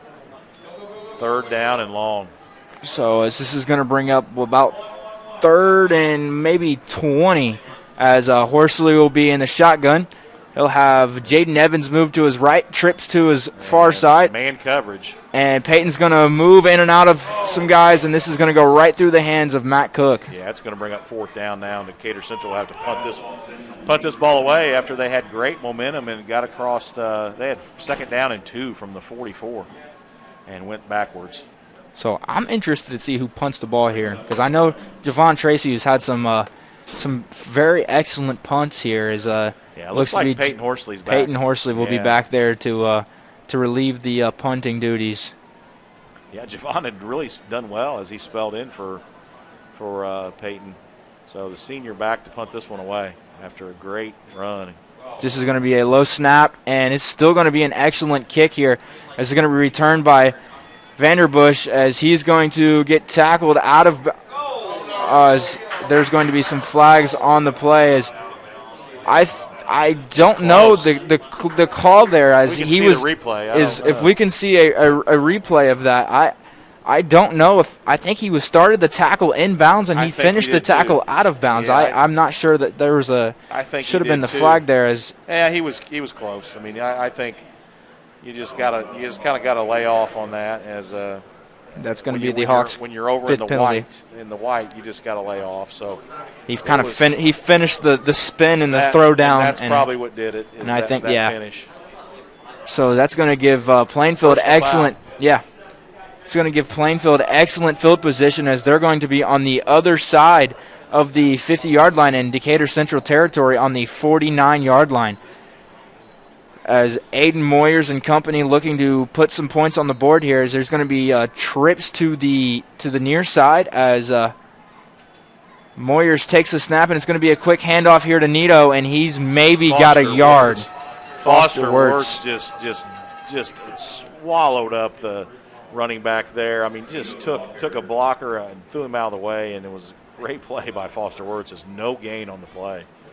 And again, we haven't said that for Nito all night. He's been just outstanding. So here we go with Vanderbush. And, a song in the slot. We got Blake Woodard as the super back. That's kind of a tight end there, and Nito is right beside Moyers here on this second down. So it's going to be a throw here as it's going to fall incomplete as almost intercepted too. Devin almost intercepted. As Shaiku Diallo was there on the coverage. Yeah, he had broke on the ball and almost picked it off. It's going to be third down, and it's going to be a passing situation here, a third down and 10 for the Quakers, and it's 3 minutes to go here. So if Decatur can hold here and get the ball back, they might get the ball back to back, as they do get the ball to start the third quarter, I believe, Decatur Central, because Plainfield got the ball first. So as Moyers will be in the shotgun, Nito will be to his right. It's going to be a passing here from wide open Moyers, and it's going to be wide open here to Beebe as Plainfield tacks on 6 points here, pinning the extra point from a touchdown here from Moyers to Beebe. 17-6 connection there as this brings the score to 20-14. Plainfield over the Hawks with about 3 minutes and 15 seconds Central here. Playing man coverage, and he just kind of ran a post route and just got beat on the post. It was man coverage, and he didn't run with him. And again, Beebe, he's somebody you can't leave alone for sure. No. He's an outstanding player. He's an Indiana All-Star candidate, I would say. So as Nichols gets ready to tack on this extra point.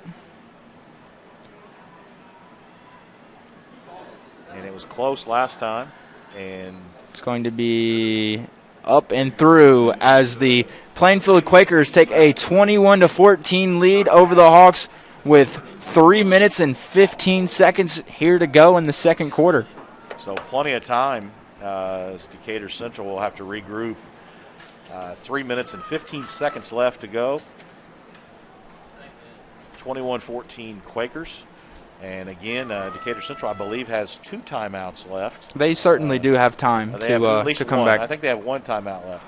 And 3 minutes is plenty of time for the Decatur Central offense that's averaging about 35, 36 points a game. So we'll see what the kickoff brings here as Plainfield will look to kick this one off. And Decatur Central will look to return and get some good field position. So here we go. I don't know.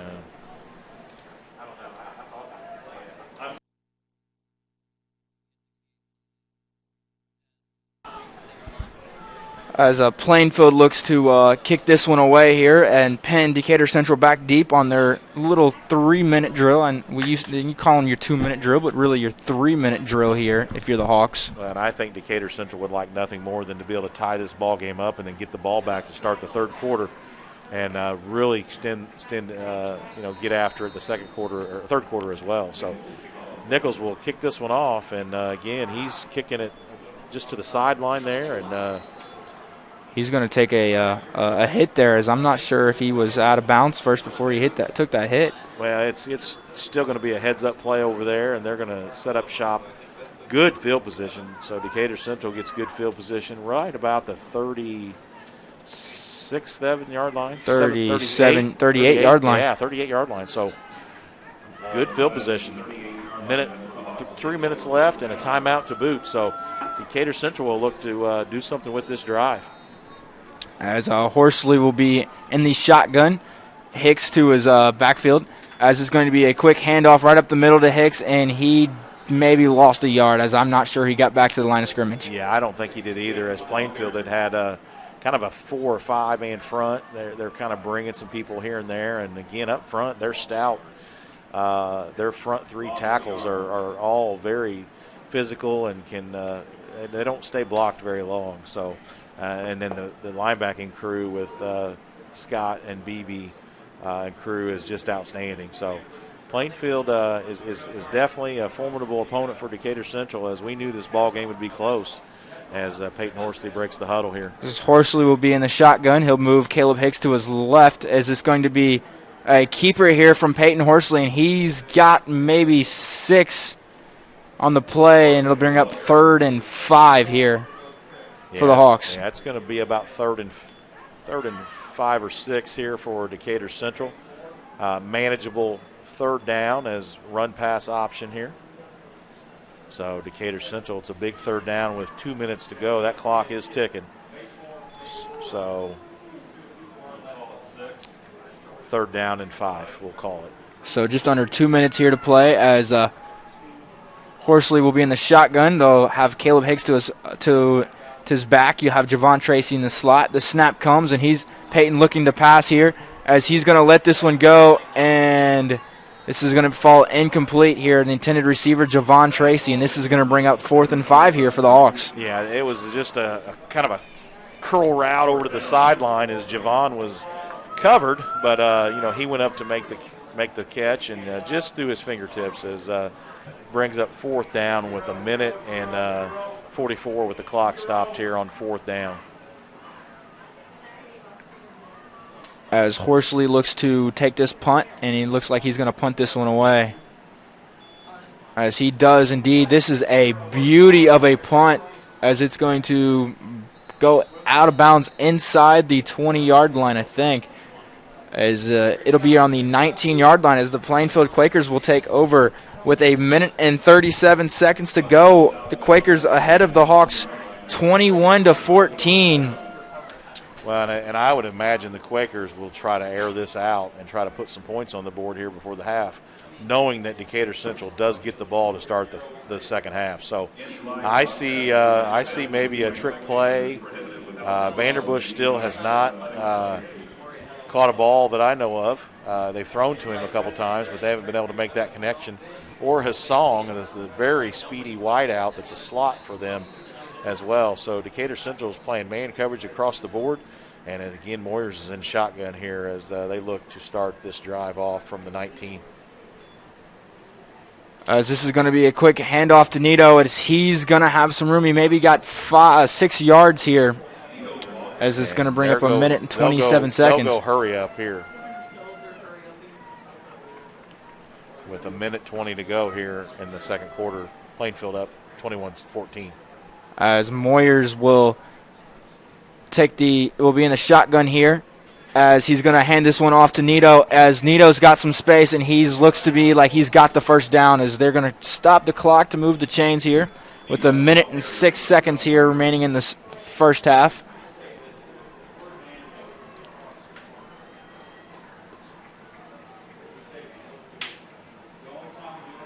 So the chains get set, and Moyers gets the call from the sideline. And we'll see what happens here on this first down. Moyers will be in the shotgun. Nito will be to his right. He'll take the snap, and he's going to look to throw this one as he's got a wide-open receiver downfield, and that is Beebe again.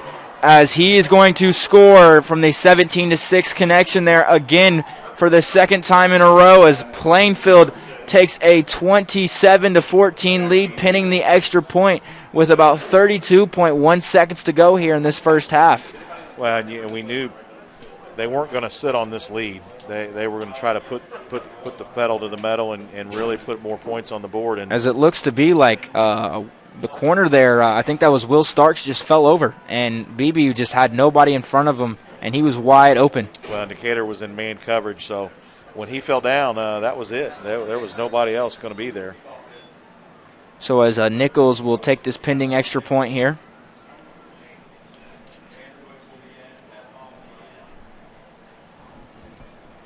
And it looks to be snap is good, and the kick is up. And the kick looks to have plenty of leg, and it is good. Plainfield 28, Decatur Central 14 with 32 seconds remaining here in this first half. The Indianapolis Colts take great pride in serving of our youth Indiana by furthering the advancement of health, fitness, and the game of football through year-round activities. 25,000 youth across the state and are actively engaged in opportunities to lead a healthy lifestyle. Good luck to all the teams participating, and thank you for your continued support. As we mentioned, Plainfield is a really good first-half team, and we mentioned Decatur Central can't dig themselves a hole, and they have dug themselves a hole right now, and they gotta score here, and then get the ball after halftime and score again just to even tie this ball game up. You know, and the ironic thing is they're very capable. Yeah. I mean, there's 32 seconds left in this game, and with the athletes that are returning, Hicks and Javon Tracy, that are deep, I wouldn't think they would kick deep. They would have been squibbing the ball. So, you know, they're going to get a couple shots to throw this to the end zone here or make a play offensively, and then they'll get the ball back to start the third quarter. So you just want to get some momentum going into halftime if you're Decatur Central. As Nichols squibs this one, as Andy Gibson will take this one, and he'll bring it to across the 40-yard line. So you got great field position with 27 seconds to go, and maybe, I think, one timeout Decatur Central might have, and so it's going to be an interesting call. Obviously, you've got the weapons to get in the end zone from here.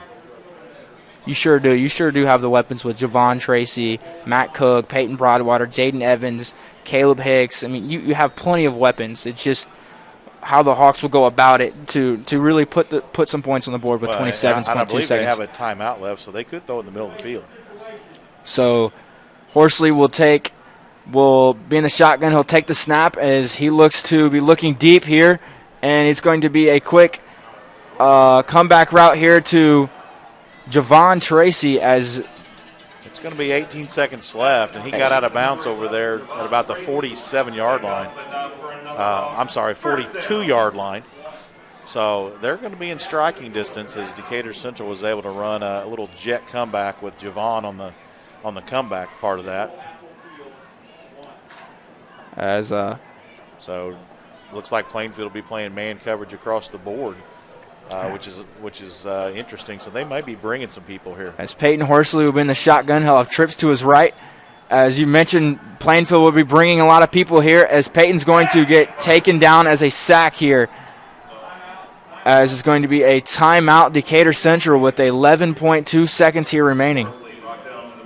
Yeah, it looked like they brought two people, so it might have been a six-man rush. So Decatur Central takes their final timeout of the half with 11 seconds. So you probably have a shot here, maybe two. So we'll see what happens here on second down.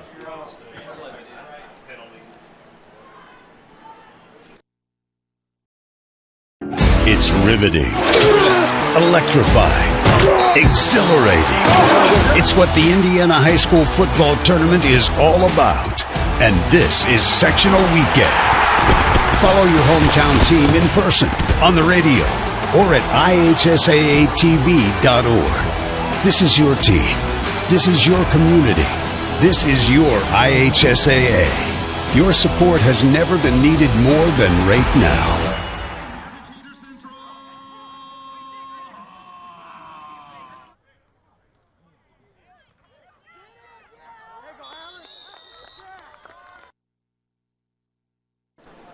Welcome back here as it's going to be third down and about 14 yards here as the with about 11 seconds to go as the Hawks look to manage some type of miracle here to put some points here on the board before halftime.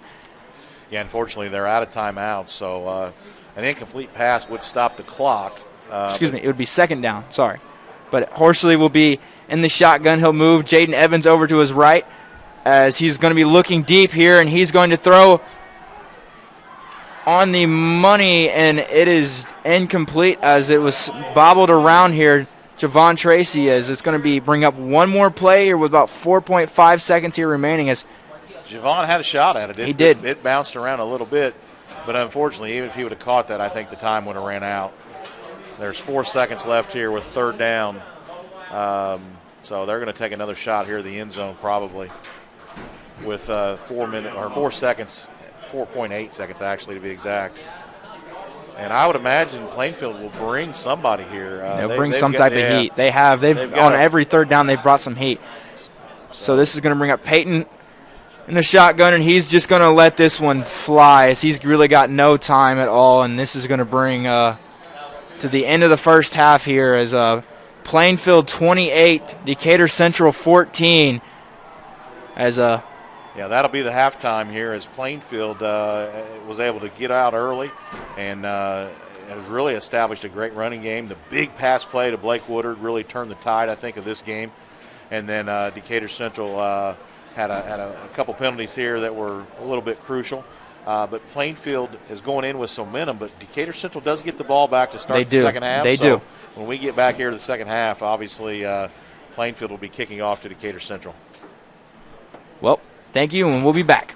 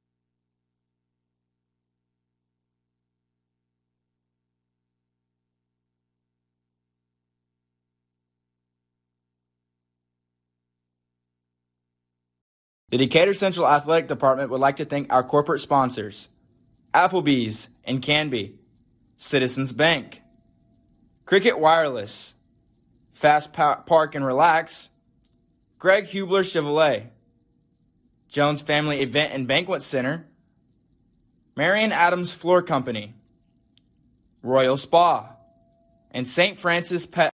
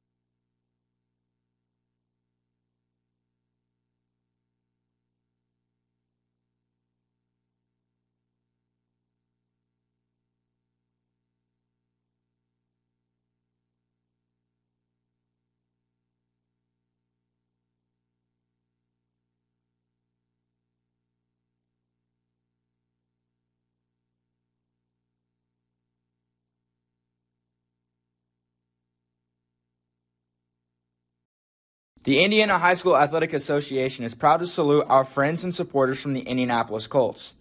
Thanks also to Wilson, the official game ball, Indiana Farm Bureau Insurance, Stop Knocking on Wood, the Indiana Pacers and Indiana Fever, proud to support Indiana's game at all levels, Methodist Sports Medicine, the official sports medicine provider for all state championship events, Ivy Tech Community College, reach your goal at Ivy Tech, Sharp Business Systems, saluting great athletes and even better students, Sports Graphics, turning our creativity into your results, Herff Jones, the official championship ring provider for the IHSAA, Indiana Careers and Construction Association, built to succeed, Franciscan Health, inspiring health, Connecticut, life is better with Connecticut water, Indiana Tobacco Prevention and Cessation Commission, hashtag don't puff this stuff, and Double Edge Media, proud photographer of the IHSAA.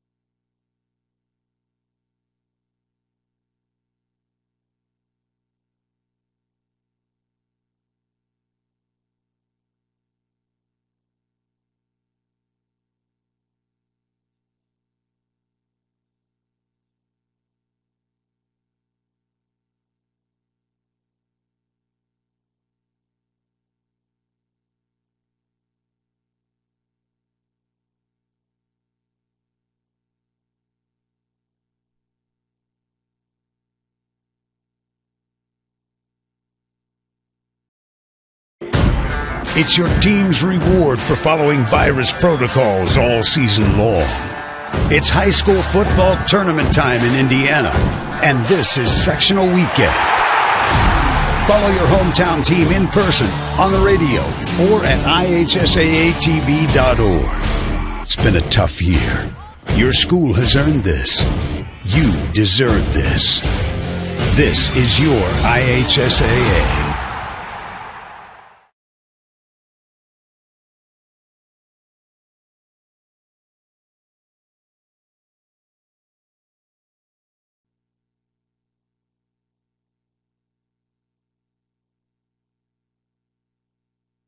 The Decatur Central Athletic Department would like to thank our corporate sponsors, Applebee's and Canby, Citizens Bank, Cricket Wireless, Fast Park and Relax, Greg Hubler Chevrolet, Jones Family Event and Banquet Center, Marion Adams Floor Company, Royal Spa, and St. Francis Pet.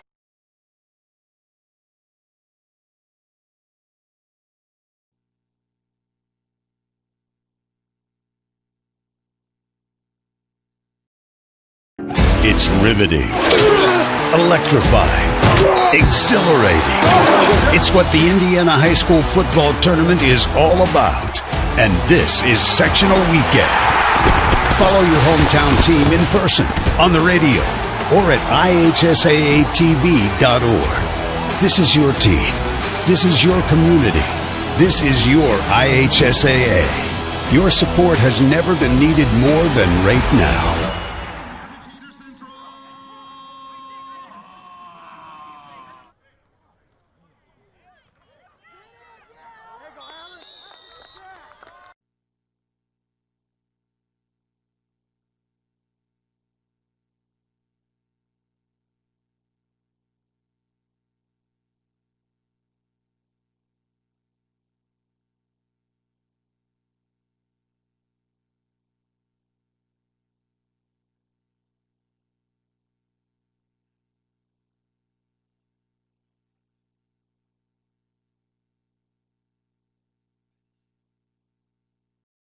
The Indiana High School Athletic Association is proud to salute our friends and supporters from the Indianapolis Colts.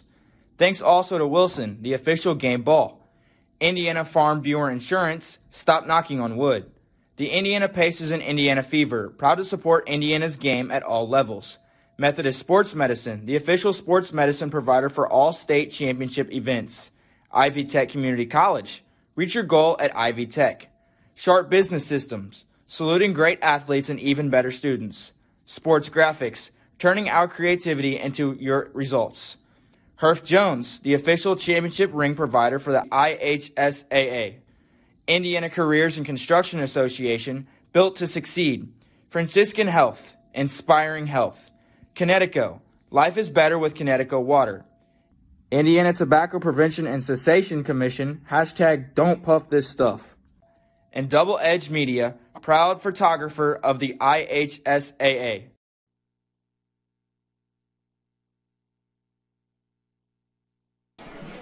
Welcome back here to the second half of the Decatur Central versus Plainfield Sectional 13 game. This DCHS live presentation of IHSAA football tournament on the IHSAA Champions Network is being broadcast with approval of the Indiana High School Athletic Association. Any other use of this broadcast is prohibited without approval of the Indiana High School Athletic Association. Get up-to-date minute information from that state championship events by following the IHSAA on Twitter at IHSAA1, and that is IHSAA.1. As we welcome you back here to, again, as we're getting ready to start this second half between the Plainfield Quakers, who are up on the Decatur Central Hawks 28-14. The Hawks looking to score here and get another stop and come back and score again to tie this ball game up. Yeah, they're gonna get a squib kick here, so they're gonna get a chance to have pretty good field position as Decatur Central's going to return this just across the 30-yard line and at the 35-yard line. As looked like a little extracurricular there, but no harm, no foul, and Decatur's going to have to answer right They now. are. Obviously, Plainfield is through some knockout punches here with some big pass plays to BB and some nifty running by Nito. And, they're a very formidable opponent. We said all the game, pregame, that this was going to be a very, very close game. And Plainfield has the lead here as we start the second half. Decatur Central will have to answer as they have an opportunity here get the ball start the third quarter. So as Horsley will be under center, Jaden Evans will be in the backfield. Matt Cook will be to the near side, as we'll send Javon Tracy in motion, but it'll be a quick halfback dive or fullback dive right up the middle here to Jaden Evans, but he's going to get absolutely nowhere. Yeah, Haston looked like was right there. Boy, he was right there for the call. So no gain on that play. So Decatur Central is starting off here at second down and long. As it'll bring up maybe second down and 12 here for the Hawks, as Horsley will be in the shotgun. Caleb Hicks will move to his right. He'll send Jaden Evans in motion, as it's going to be a give to Caleb Hicks, and he's going to get nowhere. Maybe back to the line of scrimmage, if anything. Yeah, that's going to bring up an obvious passing down for Decatur Central, as they've tried to run the ball here early in the third quarter to no avail. And the Plainfield defense has stiffened here, and I think right now Plainfield's winning this game up front. They sure are. They're really pushing this Decatur Central offensive line back and really putting pressure and not giving the holes that the running backs are supposed to be going through. As you'll see trips here to the near side. Peyton Horsley in the shotgun. He'll send Jaden Evans to his left. The snap comes, and Peyton really has nowhere to throw it to, and he's throwing it to the side of Caleb Hicks. That'll bring up fourth down, so we'll see. As that'll bring up, fourth down, and Hawks will look to punt this one away.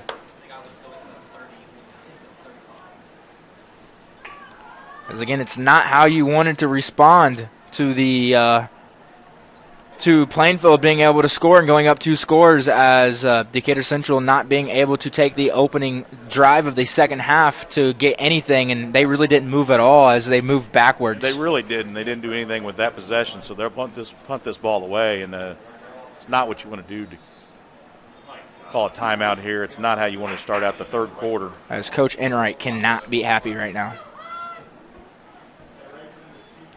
Yeah, definitely not. Obviously, not the one you want to start the third quarter if you're the Hawks. Again, and that just using that timeout is going to come crucial later on in the game. That timeout could be used stopping the clock if you get back into this game.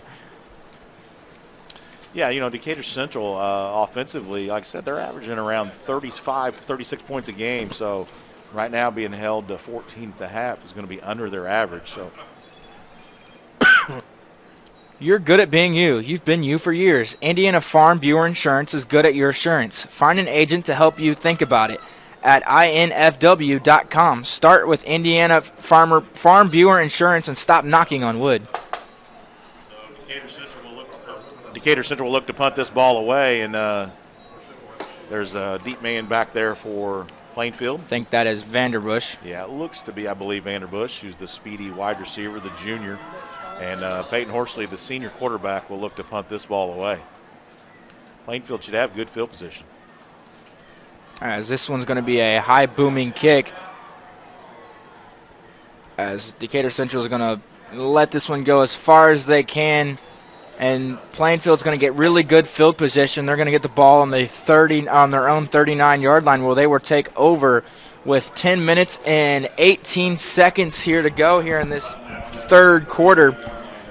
As Plainfield 28, the Hawks 14, as Plainfield looking to put even more points on the board. Yeah, I think you'll see a good dose of Nito right here and maybe mix in some play-action pass. But surely they'll try to run this clock a little bit and eat the clock up. And, I think if I'm Plainfield, I use that big offensive line and just try to really pound it with Nito and BB and really run the clock. So as you're getting trips here to the near side, you have Moyers, and he'll give it straight up the middle to Nito, and he's maybe got a yard or two. Yeah, he was able to maybe get across the original line of scrimmage as it's going to bring up second down in about 9.5, 8. So Javon Tracy checks in as defensive back, and Plainfield will go spread formation. Moyers in shotgun. So Moyers will be in the shotgun. Nito will be to his back. You'll have Beebe and Starnes, I believe. Hassig to the far side. You'll have Woodard. You'll have Vanderbush to the near side as the snap is coming. As this ball looks to come out, as scoop here is Will Starks. I think they might have blew it dead on accident, but the ball did come out, and it is a fumble. And I think they're going to say it's not a fumble, and it's going to be an incomplete pass. So tough break for the Hawks as it looked like Moyers had gotten blasted from the backside. I think that might have been Lawson or Dyson who had came in from the backside. And again, it looked to me like we cannot get a replay of that. But I didn't know if his arm came forward, but it looked to be like the ball did come out. But as they're going to say, that's an incomplete pass, and this is going to bring up third and 8 here for the Quakers. Yeah, big break for the Quakers as that was going to go the other way, possibly on a scoop and score. It was. So Moyers will be in the shotgun. He'll throw this one right out here, and he's going to get met, and that ball is going to go out of bounds. So little momentum. The Decatur Central defense finally comes to life. They have. That defense was on the same page there. As this surely will bring out a punt here from. And Moyers has been the punter, and he's been a little nicked up. He's got a little gimpy ankle, so we'll see him punt this ball away. I don't see them going for this. So Javon Tracy, the talented junior, will be back deep and probably get a good return here. Yeah. A good motivation or some motivational swing here is if Tracy can somehow find this one to even get to the opposing team's sideline or the opposing team's side, I think that would really bring in some motivation, but they're just going to kick this one out of bounds. They're going to avoid them. Yeah, Decatur Central's going to have great field position at about the 35-yard line to start this possession. And Decatur Central also has a little momentum after they do. The defense finally rose to the occasion and did a great job. And so we'll see what happens on this drive as the initial drive to start the third quarter. Plainfield just pretty much dominated that drive. And Decatur Central will try to regroup and second possession of the second half, see what happens. And they look to be turning this one around as Horsley looks to be going under center, Broadwater to the far side, Matt Cook to the near side, Evans and Tracy in the backfield. He'll send Caleb Hicks in motion. As this is going to be a quick right up the middle here to Javon as he's going to cut this one back out as he looks to have got the first down.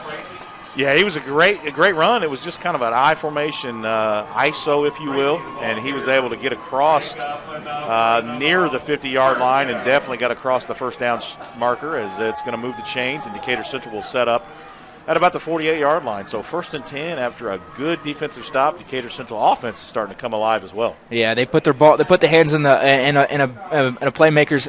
To put the ball in a playmaker's hand as Peyton Horsley will go under center. Jaden Evans and Javon Tracy will be in the backfield. Going to be the same exact play, but to the other side as Javon's stiff arms one guy as he's going to get tackled down as there's 2 flags thrown in their area. I think one of them is going to be a hold, and the other one might be a horse collar. So it's going to be offsetting, and we'll replay that down, which will be in favor of Decatur Central because that play they're going to lose yards on that play. So holding on the offense, personal foul, horse collar tackle on the penalties are offsetting, and it'll redo first down. You know, it's interesting. Earlier we had a hold and a penalty, and it was actually walked off either side and a first down, if you remember. So yeah, it's interesting that particular play is not. Yeah, that is kind of confusing, but it'll bring up first and 10. Down. Yeah, first and 10. Basically, no harm, no foul. We'll replay the down. Yep.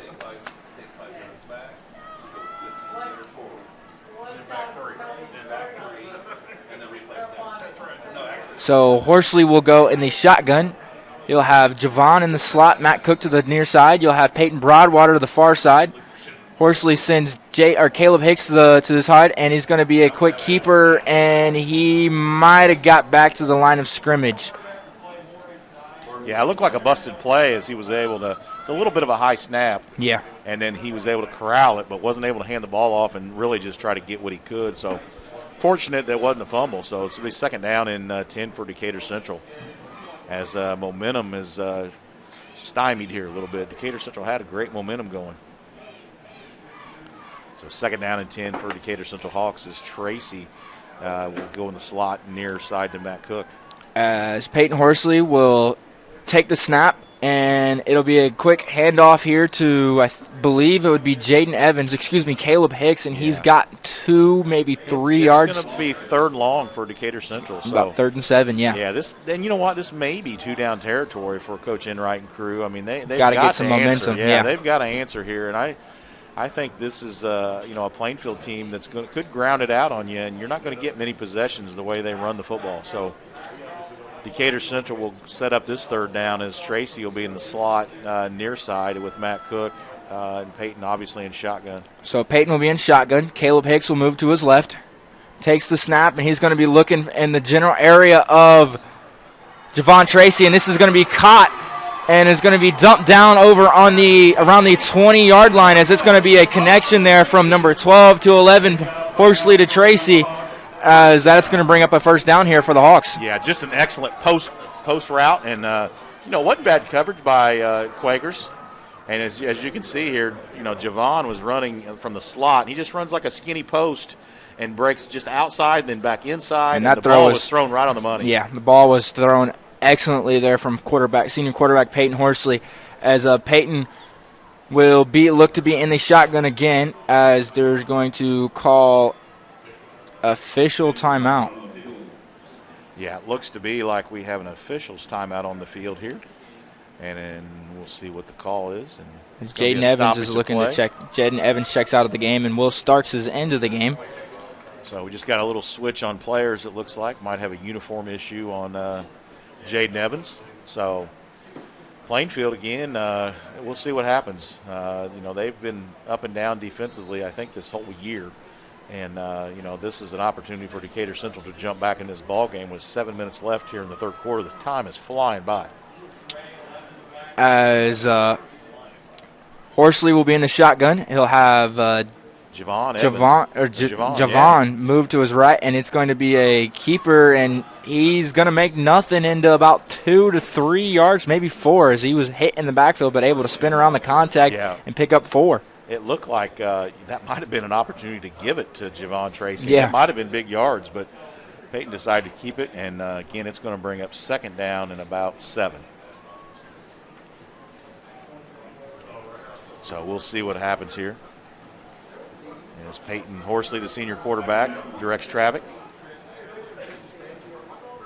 As Horsley will be in the shotgun, Caleb Hicks will move to his right. Man coverage across the board for sure. And this is going to be in the end zone, thrown to Javon Tracy, who comes down with the ball, and the pass is complete to Javon Tracy, and that'll be a touchdown for the Hawks. Yeah, it was just a great athletic play by Javon as he was able to get in the back of the end zone. And, one thing that Peyton did a great job, he put that where nobody else could throw. And that's really great timing there to jump up there from Javon and come down with the football. He sure did. He put it where nobody else could go get it but Javon. And, again, his athleticism, he was able to go up and secure the pass. And, again, for the touchdown. And Decatur Central might have to call a timeout here as we're waiting on a player. We got 14 seconds left on the play clock. I think they'll have enough time here. And you don't want to rush this, obviously. No. You're waiting on the long snapper here and the snap is good.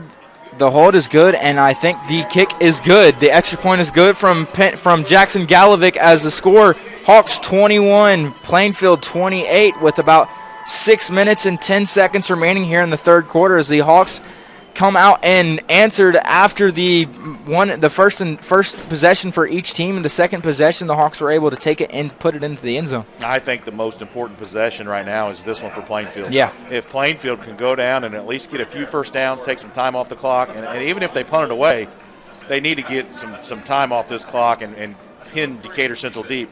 at Decatur Central, you want to go out and 3 and out. I mean, get the ball back because you've got some momentum now. So yeah. We'll see what happens.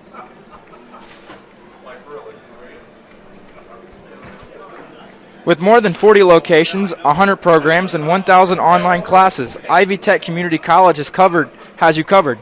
No matter where you live or what interests you, learn more and apply for free at ivytech.edu. That is ivytech.edu.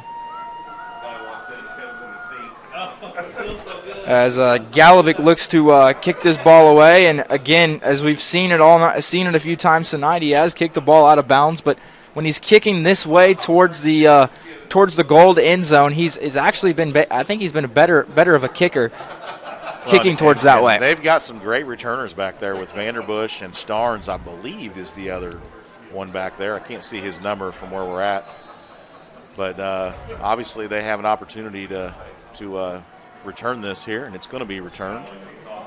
As it's going to be returned by Vanderbush, as he's going to have some space, but he's going to be met there early by 25. Matt Cook. Or 34, Matt Cook. The senior wide receiver, Matt Cook, was down there early and made a great play on Vanderbush as he had a head of steam and was turned the corner. So 15-yard line is where the Quakers will set up. I know Matt Cook just made a huge play there, but number 25, Dodo, was actually in on that tackle too, but he actually got hit in the shoulder, and he was kind of slow to get up, which is it's something to watch here from number 25, because I know he's had some shoulder problems going out through this week. So Moyers will be in the shotgun. He'll send BB in motion, and it'll be a quick handoff to Nito, and Nito is going to get maybe back to the line of scrimmage. Maybe. I think he lost a yard there on that. Boy, you can pick who was there. It was Lawson. It was Foster Wirtz. Devin Davis might have even been in there, as well as number 4 for Decatur Central, Andy Gibson. So I think it's going to have to be a passing down here for Moyers and company. So Moyers takes a snap, and he is going to be passing, but it looks to be intercepted almost there. Intercepted there by. Not sure where he was throwing that to, because I know he got a little pressure in his face and had to get rid of it, but that was almost a catastrophe for Plainfield, as that was almost intercepted by number 25, Dodo. He was in there. He was in that area. So now it is going to bring up third here and 11 with 5 minutes and 34 seconds. Dodo's a very savvy player. He is. He is very, very smart, and he's a guy that seems to always find the football.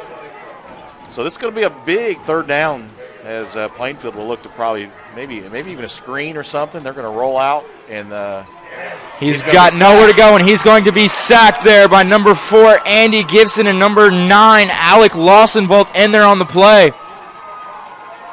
As this is, again, big momentum change here. And he's going to have to punt from his own end zone. Yeah. And he's been gimpy a little bit too, so I think if I'm Decatur Central, boy, I send the pressure here. And you're definitely sending the pressure, but again, you got Javon maybe taking the ball here at the 30-yard line, as it's going to be a timeout here for the Hawks, as there are 12 guys on the field here for the Hawks, as he's going to have to – Kyle Enright's going to have to burn his second timeout here on special teams on the second half alone. And that was one of our keys. Special teams have to be special, yep, which also means knowing your position, knowing when you're supposed to be in, knowing when you're supposed to be out. And at this time of the year in the sectionals, week 2, those are mistakes that really shouldn't happen. Yeah, and you can't allow those to happen, because again, that's going to eliminate you from being that's going to eliminate the good football teams from the great football teams. And next week, I don't know the score of the Cathedral and Terre Haute South game. I would imagine Cathedral's going to win that game. And Cathedral is not just a good football team; they are a great football team, the second best team in the state of Indiana, arguably. So if you're Decatur Central or Plainfield, you cannot have these mistakes here tonight, because you got to go play probably one of the best teams in the state of Indiana, and you got to eliminate those mistakes. They were ranked in the nation at one time, Cathedral was, and I know we're looking ahead for both these teams. But you're right. Those are the type of mistakes that you cannot have against a quality opponent like Cathedral. You cannot. So as Javon Tracy will be back deep to return, he's standing on his own 40-yard line, as Moyers will be punting from his own end zone. As I would assume that they're going to bring a lot of pressure here for the from the Hawks. Yeah, don't rough the kicker. Obviously, you want to take it right off his toe to try to block it as Moyers is moving around his up back. And, again, this is going to be a kick. and it's going to be shanked. It's going to be out of bounds here around the 30-yard line. It might be even 25. So it looks to be a great It's position for inside Decatur the 20 on the 19-yard or the 19 to 18-yard line. So that's going to be really good field position here. You're starting on your own and pretty much your own red zone, and you're starting from there, and that's good, really good field position. Now, if you're the Hawks, you got to go take advantage of it. Yeah, Decatur Central had rushed right off the tackle there, and Moyers just kind of shanked that punt and hit it to the sideline. So big momentum swing here for the Hawks. Hopefully they can capitalize and make this an interesting ball game. So as Horsley will go under center, Matt Cook will be to the far side. Jaden Evans will be in the backfield as he's going to send Caleb Hicks in motion. It's going to be an end around here to Caleb Hicks, and he's still moving. He's going to get maybe 5 yards on the carry. Yeah, and it's going to bring up second and 5. He's going to pick up 5 or 6 yards and going to make it a manageable second down and 4 or 5. So big run by Caleb Hicks, the junior running back who can really, really carry people. He is very strong and physical. So this is going to bring up second and 5 with about 4 minutes and 20 seconds remaining here in the third quarter. Horsley will be under center, and it's going to be a pass play here. Wide open over the middle. Touchdown is Jaden Evans, and that's going to be a touchdown, and that's going to bring the score 27-28, pending extra point, tying the game as the Hawks have answered back with 2 touchdowns of their own and are now back into this ball game. Well, pinning this extra point, which is a crucial, obviously, extra point. As you look at the replay, as he was way open in the end zone, went up and got it, made a great catch as he had beat number 1 for the deep ball there. So the pinning extra point by Galovic. So as we mentioned, the pending extra point from Galovic to tie this game. The snap is good, the hold is good, and it is off the upright, and the extra point is no good as this brings the score Hawks 27, Plainfield 28, and that is a huge momentum swing if you're Plainfield because you just got 2 touchdowns scored on you, and you're still in the lead. Yeah. So, I mean, you're Plainfield. You can't really hang your head too much because you're still in the lead. But if you're Decatur Central, you got to keep on the gas pedal. It doesn't matter if you're losing or not because you just put 2 scores on them and you're happy. You're doing really you're happy with what you're doing because after that first touchdown, your momentum was still building up. The second touchdown, your momentum is still building, and you got to keep building on what you're doing and eventually go get the ball back and put the ball in the end zone again. Well, and if you're Plainfield, you are still in the lead.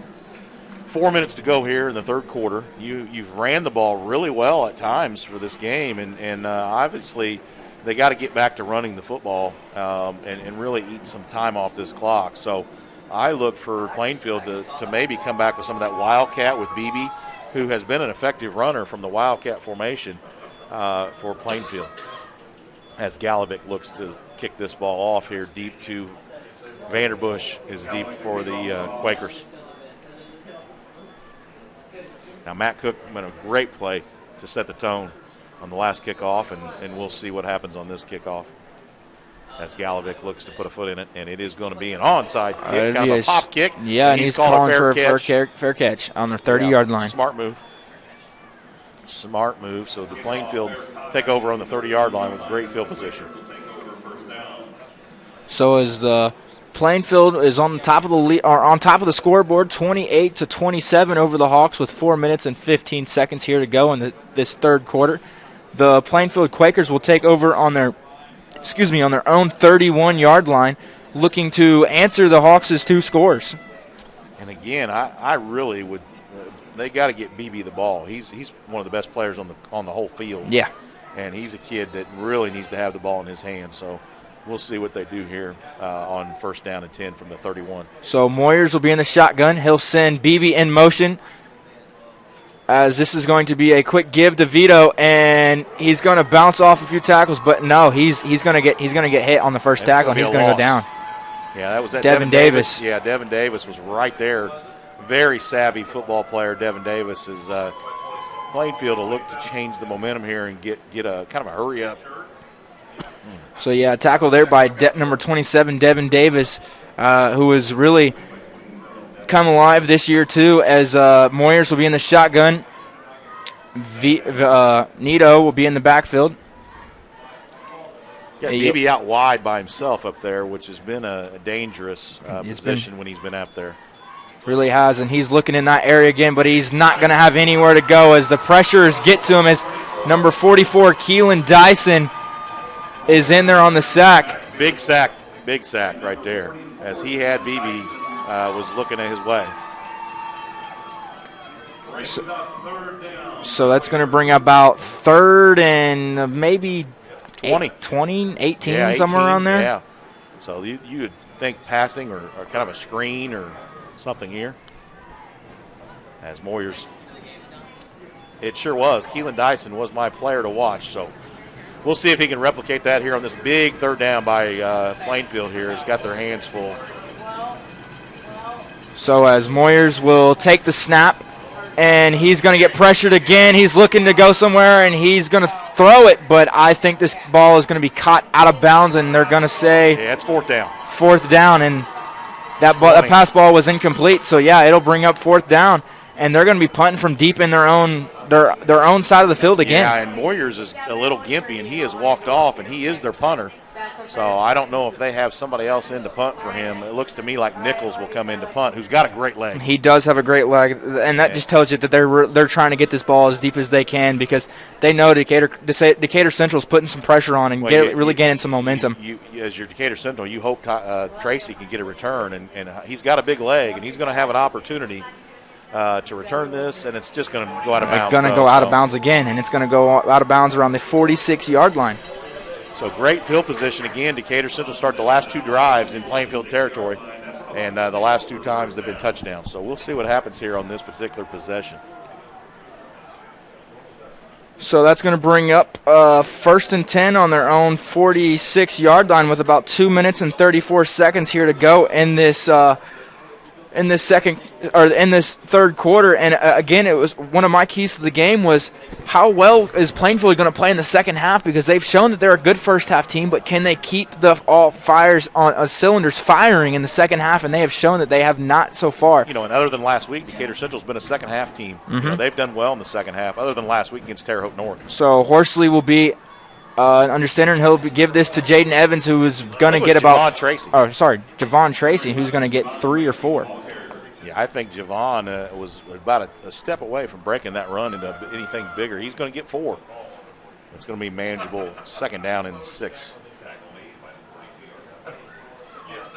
So Decatur Central looks to put the pressure on here. If they can score here, it's going to be interesting to see how Plainfield plays from behind, because they haven't this whole game. They have not played from behind the whole game. As Peyton Horsley will be in the shotgun. The snap and the give is to Caleb Hicks up the middle, and he's going to keep going as he breaks free. He's 10-5 touchdown. Caleb Hicks breaks free at the middle of the big pile, and it's going to be a touchdown, Hawks. Yeah, Caleb Hicks, the junior talented running back, was able to squirt through. And, he didn't stop his feet. If we see a replay here, he's going to get caught here right in the pile and break to the left and really turn on the speed and get in the end zone for a touchdown for Decatur Central High School. And that is a huge momentum. That's 3 touchdowns on 3 possessions here for the Hawks, and Plainfield really has had nothing for it. They've had no answer here in the second half. They've really kind of stymied offensively, and defensively I feel like they're a little gassed. As you'll see the 2-point conversion try here for the Hawks to look to go up by that 7 points. You always work on these things. You have a 2-point play always ready. Yep. And again, here we go. This will be an interesting call here for Decatur Central. As Horsley will be in the shotgun, it'll be a quick go to the right there, and it is going to be caught by Javon Tracy, and the 2-point conversion is good. Hawks 35, Plainfield 28. As that is 21 unanswered points here from the Hawks. It sure has, and it's been set up by the defense. Yeah. If we look back, the defense has put them in great field position, several times, and really now we're going to see what Plainfield does playing from behind. Yeah. And again, I don't think they need to go away from their game, though. They're only down 7 points here. Keep running the ball with Nito, and I think Beebe also probably needs to get some carries in there from the Wildcat position, which he hasn't in the second half. He sure hasn't. You heard Beebe's he caught 2 touchdown passes in the first half, but you haven't heard anything out of him in the second half so far, with about 1 minute and 49 seconds to go here in the third quarter. But I mean, Plainfield really has been stunned here in the second half. They really haven't done anything at all. Yeah, unfortunately, I think Moyers is nicked up a little bit, so his mobility earlier, he was able to extend some runs and extend some plays, and he's not as mobile as he was in the first half. And Decatur Central has recognized it, and they've sent some pressure because he can't go anywhere. They have. They've came after him a little bit as Galovic looks to put a foot into this one. And again, we'll see how they cover this. They've had great field coverage on their kickoff so far in the playoffs. It's going to be another fair catch caught there, and it's going to be on the around the 27-26 yard line. Yeah, so decent field position for Plainfield to start with.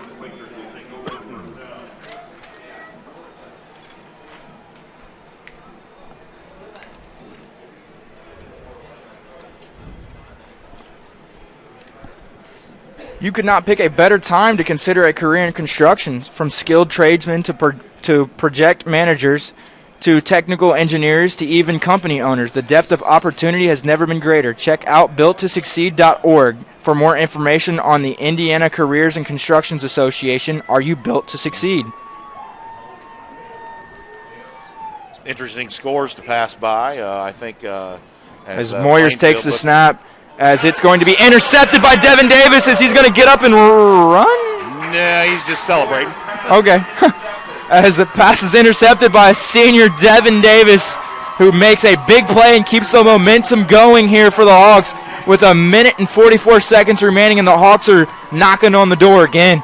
Yeah, some halftime scores to pass by. Zionsville was up on Harrison 16-6 at the half. Avon was up on Brownsburg 14-7 at the half.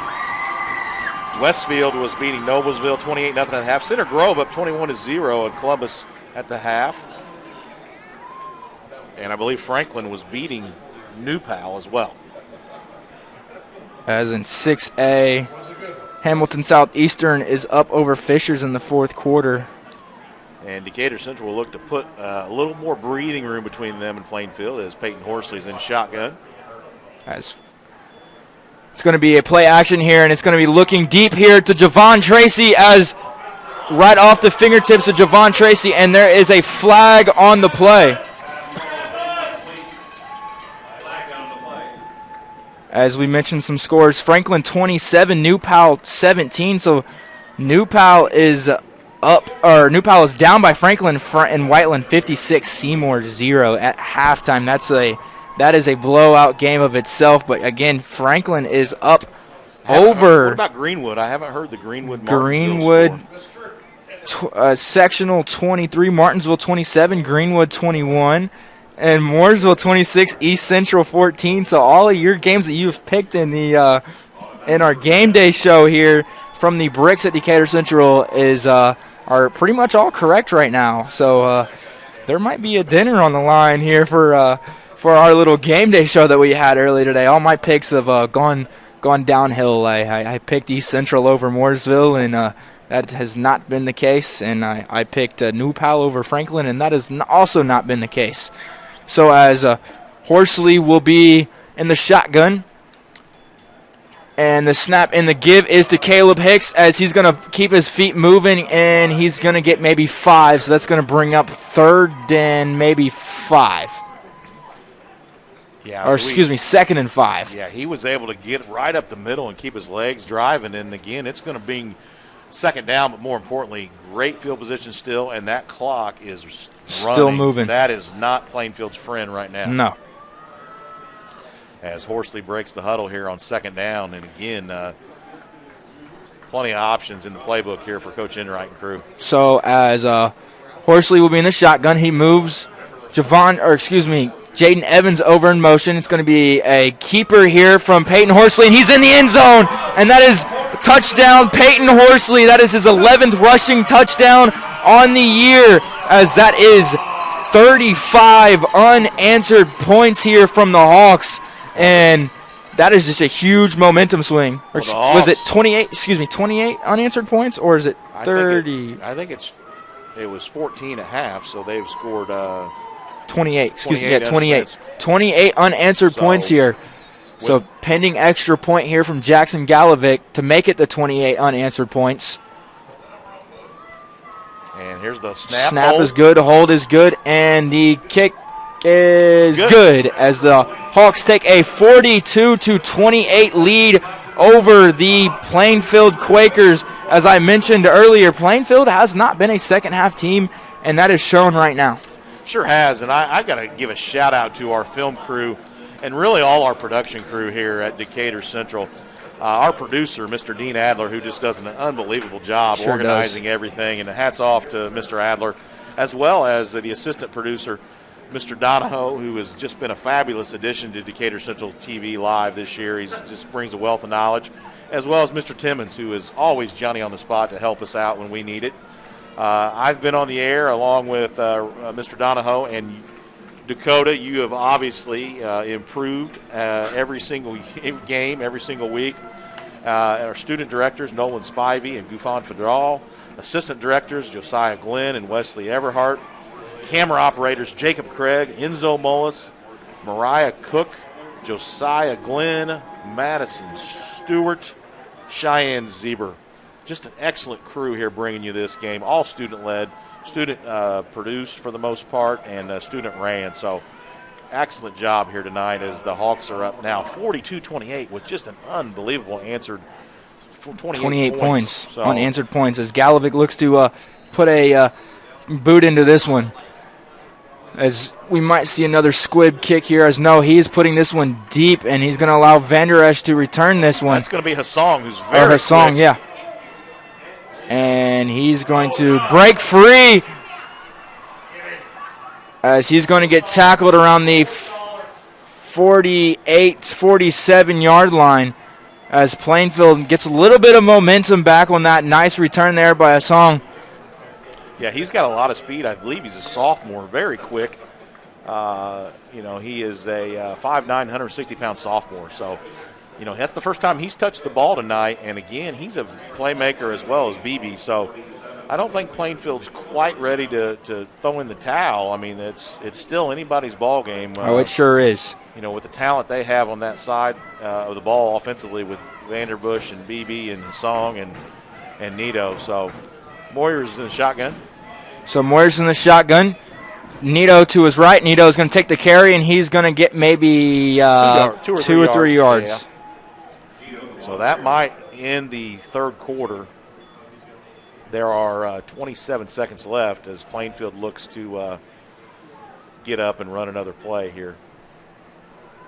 Again, they were just satisfied to run that right up the middle with Nito as now BB will go up the top side where he has been a weapon by himself up there. He really has tonight. Man coverage now, and so it's going to be a hand to Nito, and Nito maybe got 2 yards, maybe 3, and it's going to bring up third and about 6, third or 7. Yeah, it's going to be a third and long for Plainfield as the fourth quarter will start, and we'll flip sides here. So right now, as it looks, Decatur Central 42.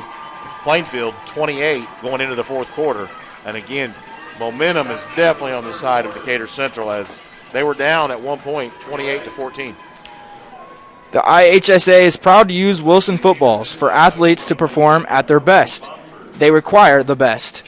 For over 100 years, that's what Wilson has delivered. Not only is Wilson used on more high school football fields than any other brand, but it's also the official ball of the NFL and the college football playoff. Learn more at wilson.com. As we are getting some scores in here from the state of Indiana. Avon is tied Brownsburg 14-14. Ben Davis 48 over Southport 7 in the fourth quarter. Columbus East 41, Franklin Central 14. That is a final. Center Grove 42, Columbus North 7 is also a final. Perry Meridian? Has anybody heard from Perry Meridian? Perry Meridian, that would be Sectional 6. They were looking for their first Perry victory. Meridian 35, Tech 0. So Perry Meridian is and they're in the third quarter, and they're looking to take their first win of the year. So Perry Meridian will get the win and probably more than likely move on to the sectional finals versus probably Ben Davis. Rob is against Ben Davis. But again, if you're Perry Meridian, that feels great. You haven't really won in forever, and that feels great. So big win for Perry Meridian. So good for those guys. Obviously a conference foe of Plainfield and Decatur. So opportunity, it looks like. We'll see what happens here as Moyers and company breaks the huddle. And you've got Blake Woodard at the super back spot in the slot. You've got Vanderbush as well as BB. And Nito is flanked next to Moyers. So Moyers will take the snap, and he'll be dropped back to pass, and he's looking to throw this one, and he's got his target, who I think that would be Vanderbush. I'm not for sure. Could be Hassig. I think it was Vanderbush, the 6'6", 200-pound junior wide receiver, very talented, and I believe that was enough to move the chain. So good throw and catch there from Moyers to Vanderbush. So as at about 11 minutes and 40 seconds here in the fourth quarter. Again, it's a passing situation here for Plainfield. They got to get back in this game. It's going to be a run, and he's not going to get anywhere. No, he might have been thrown for a loss. That was number 10, Starnes. Yeah, senior number 10 there, Grant Starnes.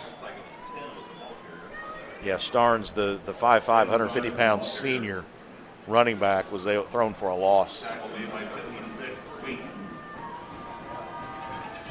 And BB in the slot up there is one to watch.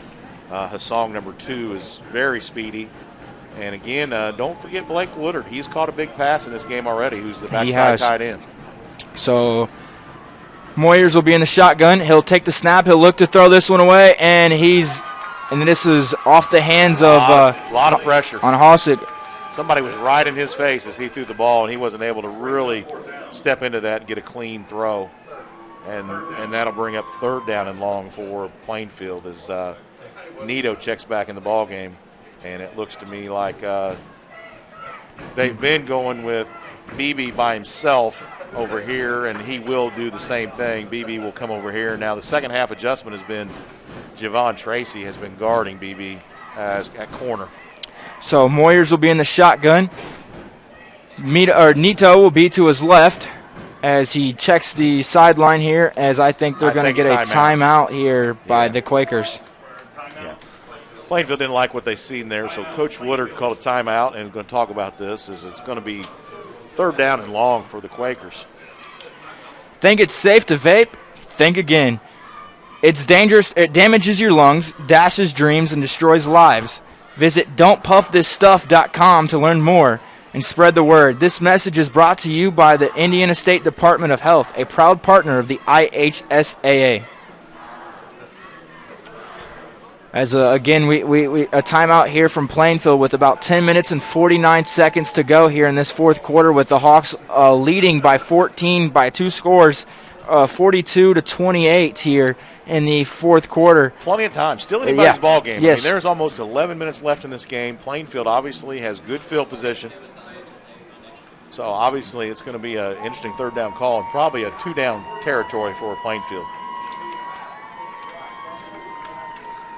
So Plainfield breaks huddle, and Moyers and company get set up, and we'll see what this third down call is as BB goes by himself over here, and Woodard is in a tight slot, probably staying in the block. As it is third down and about 11 here, so I think it would be 4-down territory. I think so too. With trying to, they'd have to get some type of points on the board. So Moyers takes the snap, and he's got really nowhere to go, and he's going to be sacked on the play by number 4, Andy Gibson. Not sure if they were sacked there or Moyers just fell down. Well, there was definitely some pressure being put on by the Hawks defense, and that'll bring up 4th down. You got to go for it if you're Plainfield. You really do. And I think you got to look for Beebe or Hassan. You know, Hassan, he can do things with it after he catches it. You know, it could be a short pass and let him go do something with it. Beebe has gotten loose a couple times, and Vanderbush is 6'6". You can throw it up to him. Yeah, you can really throw it up to him at any time. So as Moyers is in the shotgun, you'll have Nito to his left. He takes the snap, and he's got a lot of pressure coming again as this ball is going to be thrown and intercepted by number 11, Javon Tracy. Pass is intercepted by number 11. As it's going to be taken over on their own 3-yard line, though, but still a change of possession here and a turnover, which is really the first or the second interception on the night here for Moyers. The first one getting intercepted by Devin Davis, and this one getting intercepted. Javon just really cut the route and played really good there on Beebe, and really nice coverage there. He really did. He stacked him and he basically became the receiver, is what you want. Yeah, and was able to really run that down and make a nice interception. But it does put the Hawks deep in the territory. Deep in their own territory, so it does. We'll see what happens. Is hopefully they have a couple plays to try to get out of here with some breathing room, as Plainfield's very good up front. With just under 10 minutes to go here in this 4th quarter. As this is going to be a pass play, as it is bobbled in the air by senior running back there, Jaden Evans, and almost picked off there by number 1, Caden Vanderbush. Yeah, that's the other brother of the older Vanderbush. Both of them play defensively at times, and one of them starts at corner. And number 1 he's also a freshman. Yes, very good. He's 6'4" as a freshman. Yeah, very talented, and again, that'll bring up 2nd down, and also that stops the clock. It does. So I expect some type of running play here, as it is going to be a keeper, and it's going to be a safety here for the on the Hawks. So it'll bring the score to 42-30. So it's still a two-score game, but Plainfield getting the ball. You know, and you think back to the interception, I believe that was 4th down. It was. If Javon knocks that down, we get Plainfield over turns here. The ball over on about the 30 instead of down on the 3. But again, you can't say that. You can't. You gotta play. Yeah, and he just made the play that he thought was best, and he picked off the ball. But again, you're still up 2 scores. I mean, you did just give him 2 points, and you knocked off about 13 seconds off the clock, which I don't think was enough. was enough, and I don't think Enright and his staff will be happy with that. But you're gonna give the ball back to them and make them fight for another score, because you just seen on that possession from Plainfield they couldn't get anywhere. They went back and they kept going farther back, and the pressure was getting the Moyers, and so now your defense has the momentum, and they're feeling really good about themselves. So again, in this situation, I kind of would allow my defense to go have the field, because how good they've been playing. Yeah, I would say in the second half, the hero, if you will, or player or players of the game has been Decatur Central defense. Yeah. And the ability to put pressure on Moyers. And again, they've gotten off their game plan because they had to, because they got down. They sure did. So now a little momentum goes back in the favor of Plainfield, as Decatur Central will set to kick this ball off on a safety. You've got to kick from the 20-yard line. And it looks like Galovic will start from there. And back deep again, Hassan is back there, who's very fast, and I believe it might be Starnes is the other one back there. Yeah, so as Galovic looks to put this one away. And he's very capable of putting a foot in this. I mean, he's got a great leg. And it's definitely going to be great field position. It's going to be he's going to be tackled down around the 47, 48-yard line, maybe the 49-yard line, as the Quakers will take over. Looks like Damon Porter was down there early, but he was a little gimpy as he walks away. A little shaken up. So it's right about the 50-yard line. So great field position by Plainfield and a little bit of momentum. So we'll see what happens here on this. It's been a back-and-forth game. So, again, it looks to be Wildcat. Wildcat, yeah. So BB will be. And he can throw it. As he's going to get this one. He's going to take it about maybe 2 yards. Yeah, when BB has really not touched the ball, I don't think, in the second half until that point right there. So now they're going back with Moyers under center. As we're getting a score update here, Avon 31, Brownsburg 31. As BB will be the Wildcat here. And he looks to shift over and really trying to unbalance line, if you will. And it's going to be just a power, and he's going to throw it. A reverse, and he's going to be tackled down there for a loss. Yeah, Moyers was going to throw that, or something was going on there. It was kind of a trick play. And it had gotten. Decatur really snuffed it out. They were all ready for it. Yeah, that's going to be a big, big play as they're going backwards now as Decatur Central defensively rose to the occasion. And now it really puts the pressure on the defense of the offense of Plainfield, as Moyers is still back there with Nito, Vanderbush, his song. And this is really how last possession went. If you're Plainfield, how they kept going backwards and backwards as Moyers was wanting this one as the play clock was almost down to 0, as he's holding, and he's going to be And I think there's sacked. a holding call. There's a holding call there as well, as Plainfield cannot handle the pressure of Decatur Central. And I think this penalty is going to be declined, and it's going to be like fourth down and about 40. Yeah. About 20, about 35. Yeah, we'll see. He's just not as mobile as he was that first half. No, he's not. He was able to break a couple runs in the first half, and Moyers is and just it looks, a little gimpy in this. Looks to be the play. punt team. The punt team is coming on as they're gonna kick this one away. With about 8 minutes and 15 seconds here to go in this fourth quarter, the Hawks lead 42-30 over the Plainfield Quakers. 8 minutes left here in the ball game. And this one's going to be returned by Javon Tracy. He's got some room to work with on this near side as he's going to step out of bounds around the 30-yard line. As the Hawks will take over on the 30-yard line with 8 minutes to go here in the fourth quarter.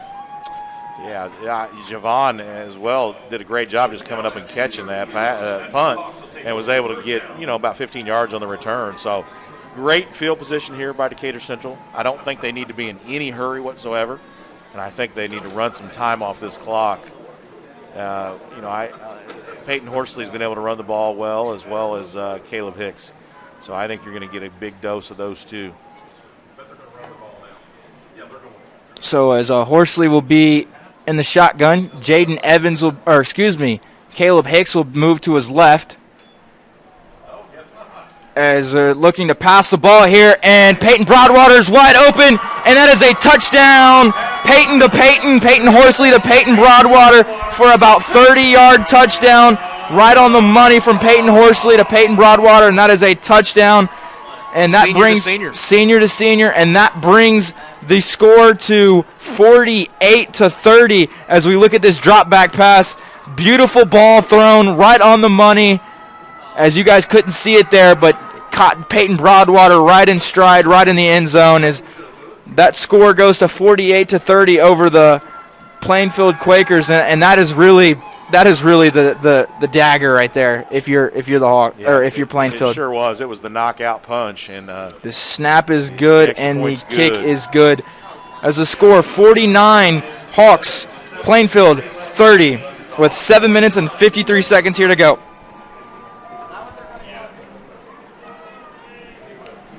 The IHSAA Foundation was created to help protect and sustain educated-based athletics, including events like this state tournament. High school sports are an extension of the classroom. We need your help so the youth in our community can develop advanced leadership skills and continue to have these and many other opportunities.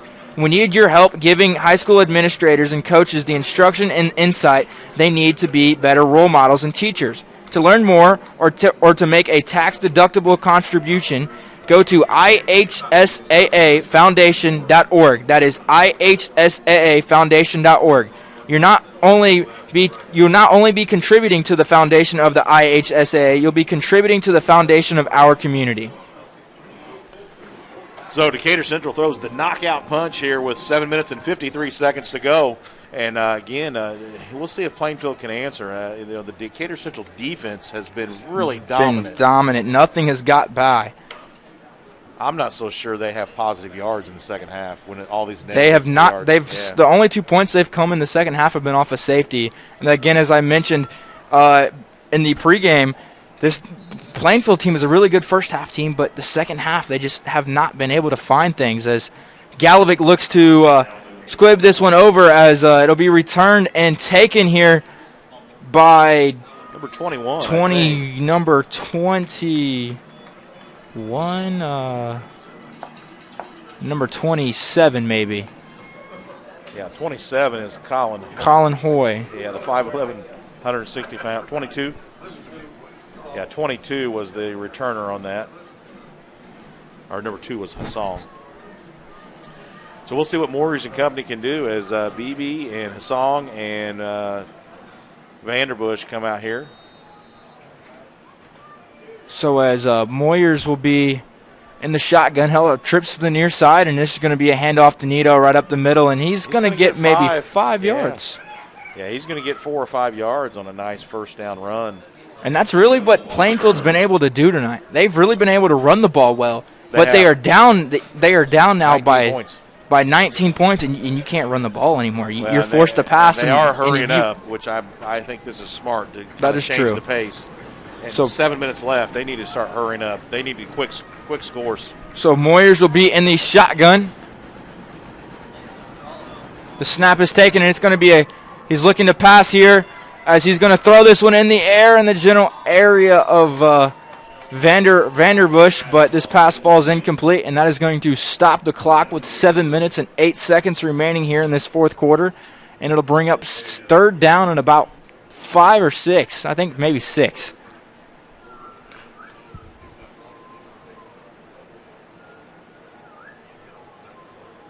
Again, a lot of pressure being put on by the Decatur Central defense as they shuffle out Foster Wirtz, the junior talented lineman. Shotgun formation, and Vanderbush is looking to pass, and he's going to get hit as he throws, but it's going to be right on the money to the Vanderbush. Yeah, Moyers hit as he thrown, but was able to complete that post pass. Like I said, Vanderbush has got great range. He's 6'6", 200 pounds, and was able to go up and get that. So good throw and catch, and again, they're not done yet. They're still fighting. So as they're going to go to a quick hurry up here, as Moyers will be in the shotgun. The snap is taken, and he's going to throw this one up in the air, and it's going to be touchdown, but there is a flag down on the play, as I think this one might be coming back. And it's going to be a holding on the Quakers as this one's coming back.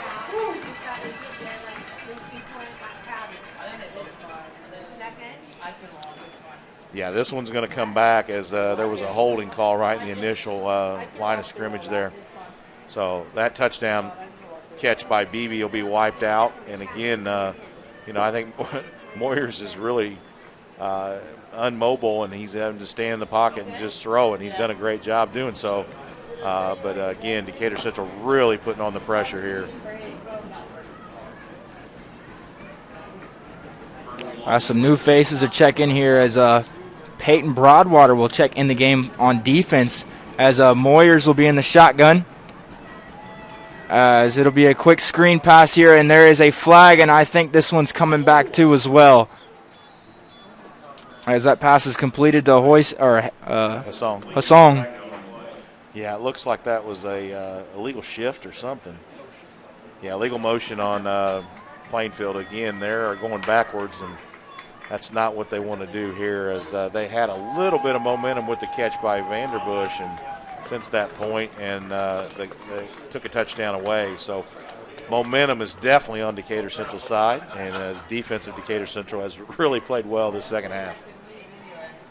So that's going to bring up, first and 20? Yeah, it might even be more than that. It's over here.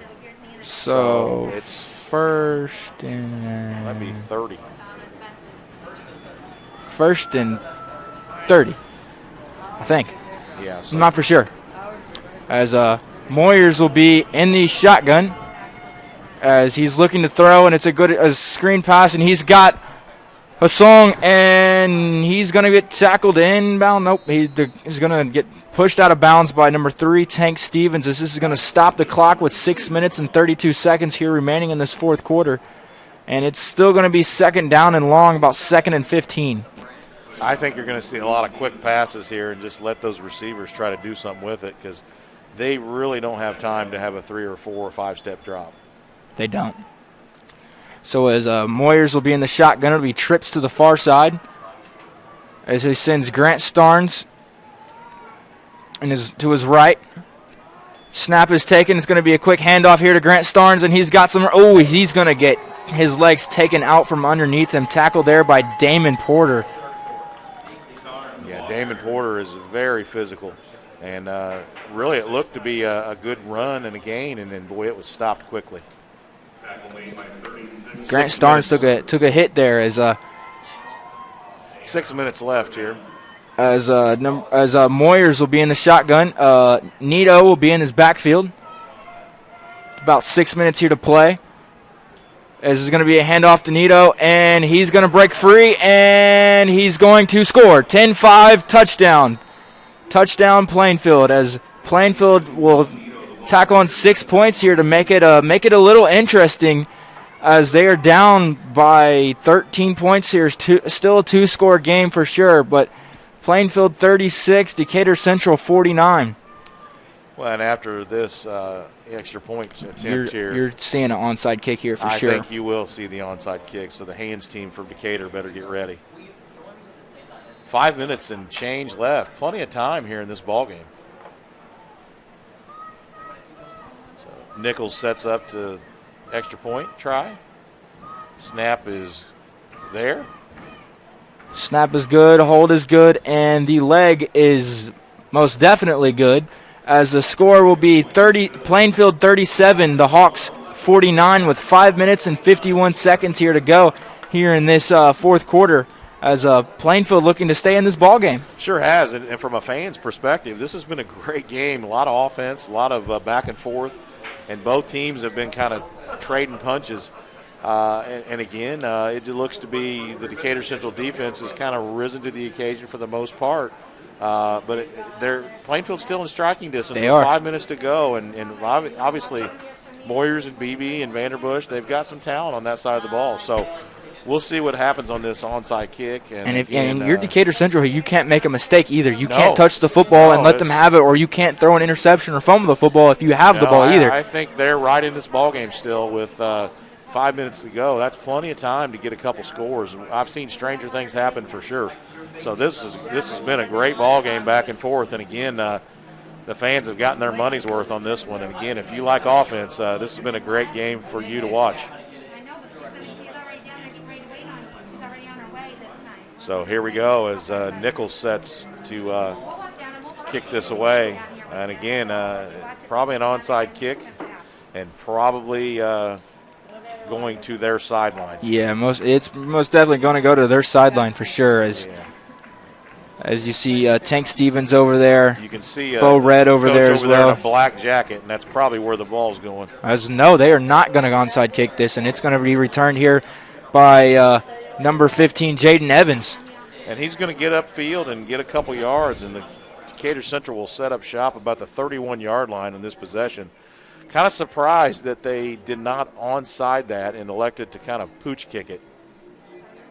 Yeah, me too. I'm really surprised because, I mean, you're really relying on your defense, and you're going to rely on your defense either way, but at least give your offense or your special teams chance to go make a play and get you the ball back. And Plainfield's always had really good special teams. Yeah. I mean, they really have over the years. With the Hagee kids, and I know their coaches do an excellent job over the years with special teams. So as Peyton Horsley will be under center, Jaden Evans and Caleb Hicks. Caleb Hicks will take this one, and he will keep going, and he's got some room. He's got some space as he's going to get tackled inbounds around the 36-yard line. Yeah, he was able to squirt free down the sideline and really put a dagger in Plainfield spirits as he got across the 40-yard line, and the chains are going to move, and that clock's going to move too. That sure is. And again, I think that kickoff, instead of pooching it, may come back to haunt them. As at about 5 minutes and about 15 seconds here remaining here in this fourth quarter, as Horsley will be in the shotgun. He'll have Caleb Hicks move to his left. Jaden Evans will motion over, as this is going to be a give here to Caleb Hicks, as he's maybe got 3 yards. Yeah, he's going to keep just legs churning, man. He's a strong runner, and he gets stronger as the game goes on. And I think you'll see a big dose of Hicks with 4 minutes and 45 seconds to go here in the fourth quarter. Plainfield down 37-49 to the Decatur Central Hawks. And, again, it's been a great battle back and forth. It's been an interesting first half and second half. As you look back to the first half, Plainfield was up 28-14 in the first half. Yeah, and then the Decatur Central has stormed back and scored 28 straight and has really not looked back so far. So as Horsley in the shotgun, it'll be a quarterback keeper here, as he's going to get close to the first down. It's going to bring up third and maybe 2, 3. It's going to bring up a manageable 3rd and 3, and this is probably 2-down territory for Decatur Central. 4 minutes left here and counting in the fourth quarter, and Decatur Central is definitely content to run this ball and run the clock out, and would end the hopes of the Quakers. So 3rd down and 3 here for Decatur Central as Peyton Horsley and Foster Wirtz and company break huddle. Javon goes in the slot, I formation. As Peyton Horsley will be under center. And the give is to Caleb Hicks, who is got the first down right now. And the clock is going to keep moving here after the chains move, because that is going to be a first down for the Hawks. First down.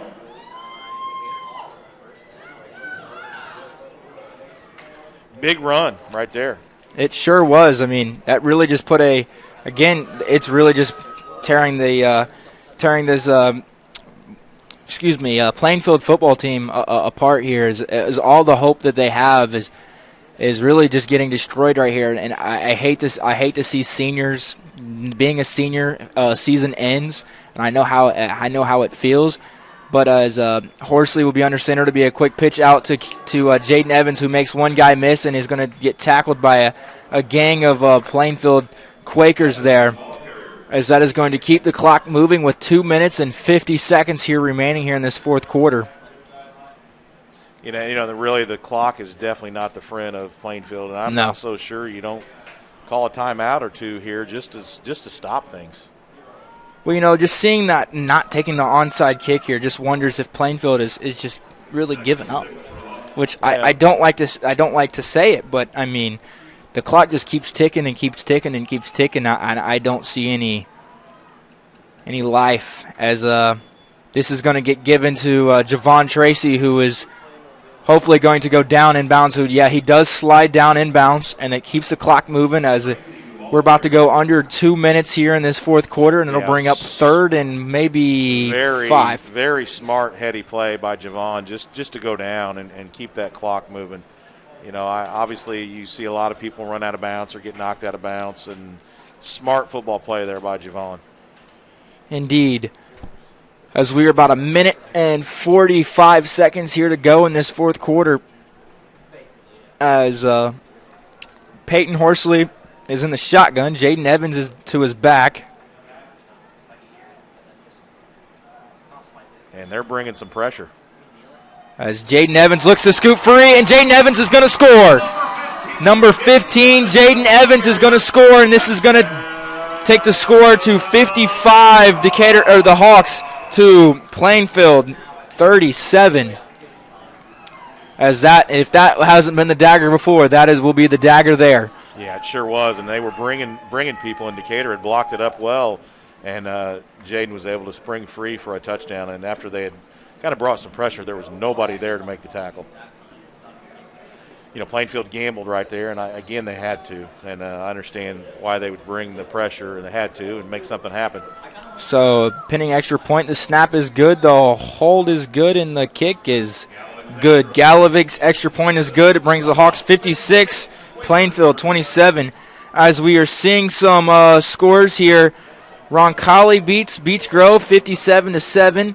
Martinsville beats Greenwood 34-28. Mooresville is up atop of East Central 26-21 in the fourth quarter. And let's see here, Perry Meridian. I think they did it. Perry Meridian. It's a big win over Tech for them. Yeah, it's a first win of the year for Perry Meridian. It's still in the third quarter, actually. I'm not sure. I'm not. I think it could be. It still says 35-0. Center Grove beat Columbus. Zionsville beat Harrison. Cathedral 57, Terre Haute South 18. So that game is final. New Pal 31, Franklin 27. New Pal came back and beat Franklin. And Whiteland 66, Seymour 0 is the final there. So Whiteland will take on New Pal in the sectional championship of sectional 14. And if this one stays the way it is now, Decatur Central will take on Cathedral next week. And that'll be on the road. So Decatur Central will go on the road and take on Cathedral.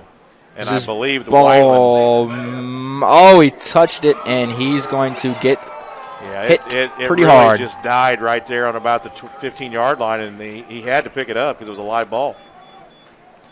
So, again, Decatur Central, as they will hang on to this one, they're up 56-37. In that instance, if your football IQ's kind of there, I've seen it done in the NFL a few times, you go stand out of bounds and you put your toes out of bounds and you touch the football, and that ball is technically out of bounds, and you get that good field position. But I'm not sure that just wasn't clicking in Vanderbush's head there. I don't know if you can do that in high school football. You can't. You can't? Okay. No, it's got to be kicked out of bounds. Okay. If it's inside the white, it's a live ball. Okay. I had no clue. We'll see on here that. as there's going to be a timeout, and I think this is where you're going to see some definitely a nickel situation with some extra players involved here, and probably a lot of defensive backs, and we'll see what happens here. As there's a minute and 25 seconds here remaining in the fourth quarter. Mount Vernon beats Pendleton Heights 32-7. Bishop Chatard 42 over Guerin Catholic 7 is the final. It's a big win for Chatard. That's an interesting score. Chatard probably the favorite 3A.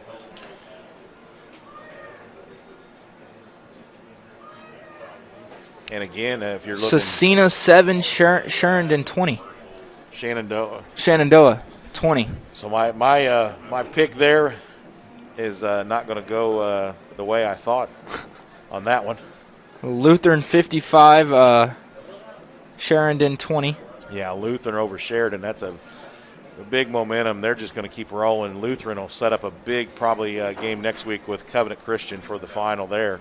Covenant Christian being undefeated, and I believe Lutheran is undefeated too. They have one loss. Okay, so they do have one loss. That was to Northview. Yeah, and Northview and Guerin Catholic beat Northview. Right, so Lutheran Covenant will be a great matchup in the sectional final next week. So as Moyers will be in the shotgun, he'll just give this one off to Nito. Starnes. And he's going to slide down. About the 25-yard line. I think he learned his lesson the last time he was running. He got his legs uplifted, and he just went down this time. He made a cut and cut off really the wrong foot there, but he was just trying to make something happen. Senior Starnes obviously wants to end on a positive note, as well as Vanderbush and company here. And it's going to be a throw out here to him as well, and it's going to be upended right about the 30-yard line. So good tackle, good open field tackle by Ison Moss, I believe. And it's going to be 50 seconds left here, and they're going to have to run another play. They are. Second down. So second down, Plainfield. Senior quarterback Moyers has had an outstanding season. So Moyers will be in the shotgun, and he's just going to give this one to Grant Starnes, and he's making a few guys miss, and he's eventually going to go down around the 44-yard line. And that'll probably The clock, clock stops on the on the chains. moving the change, but that might be the last play of the game. They might get one more if they hurry. And they are hurrying up to the line here, so they're going to get one more play here. And it'll probably just be another run by Starnes. As Moyers will be in the shotgun. And you are right. It'll be another handoff to Starnes, and he's going to get tackled for a loss by number 43, Cameron Dockery. And that's going to be no gain, and that'll probably be the end of the ball game. As it is the end of the ball game. The Hawks 56, Plainfield 37. As Decatur Central will take on Cathedral next week at Cathedral. I don't know where that game will be played at. I don't know if it'll be played at Arlington Probably either Middle Arlington School. or Tech, but Tech lost. So, yeah. So it could be played at Tech, but again, check your local listings for those. And again, this one's going to go to Decatur Central with a 56-37 win over a really tough Plainfield team. And again, hats off to Plainfield and a great season. And again, Decatur Central will be moving on next week to play Cathedral. So I'm Dakota Outwood, and this is Todd Scones. And I want to thank you to our crew tonight. Have a nice night. If you were, I would say drive home safe, but I'm pretty sure you guys are already at home watching this game. So stay safe, and we'll keep you updated on where this game will be, or where the game will be played next week. Thank you, and stay safe. It's riveting, electrifying, exhilarating. It's what the Indiana High School football tournament is all about. And this is Sectional Weekend. Follow your hometown team in person, on the radio, or at ihsaatv.org. This is your team. This is your community. This is your IHSAA. Your support has never been needed more than right now.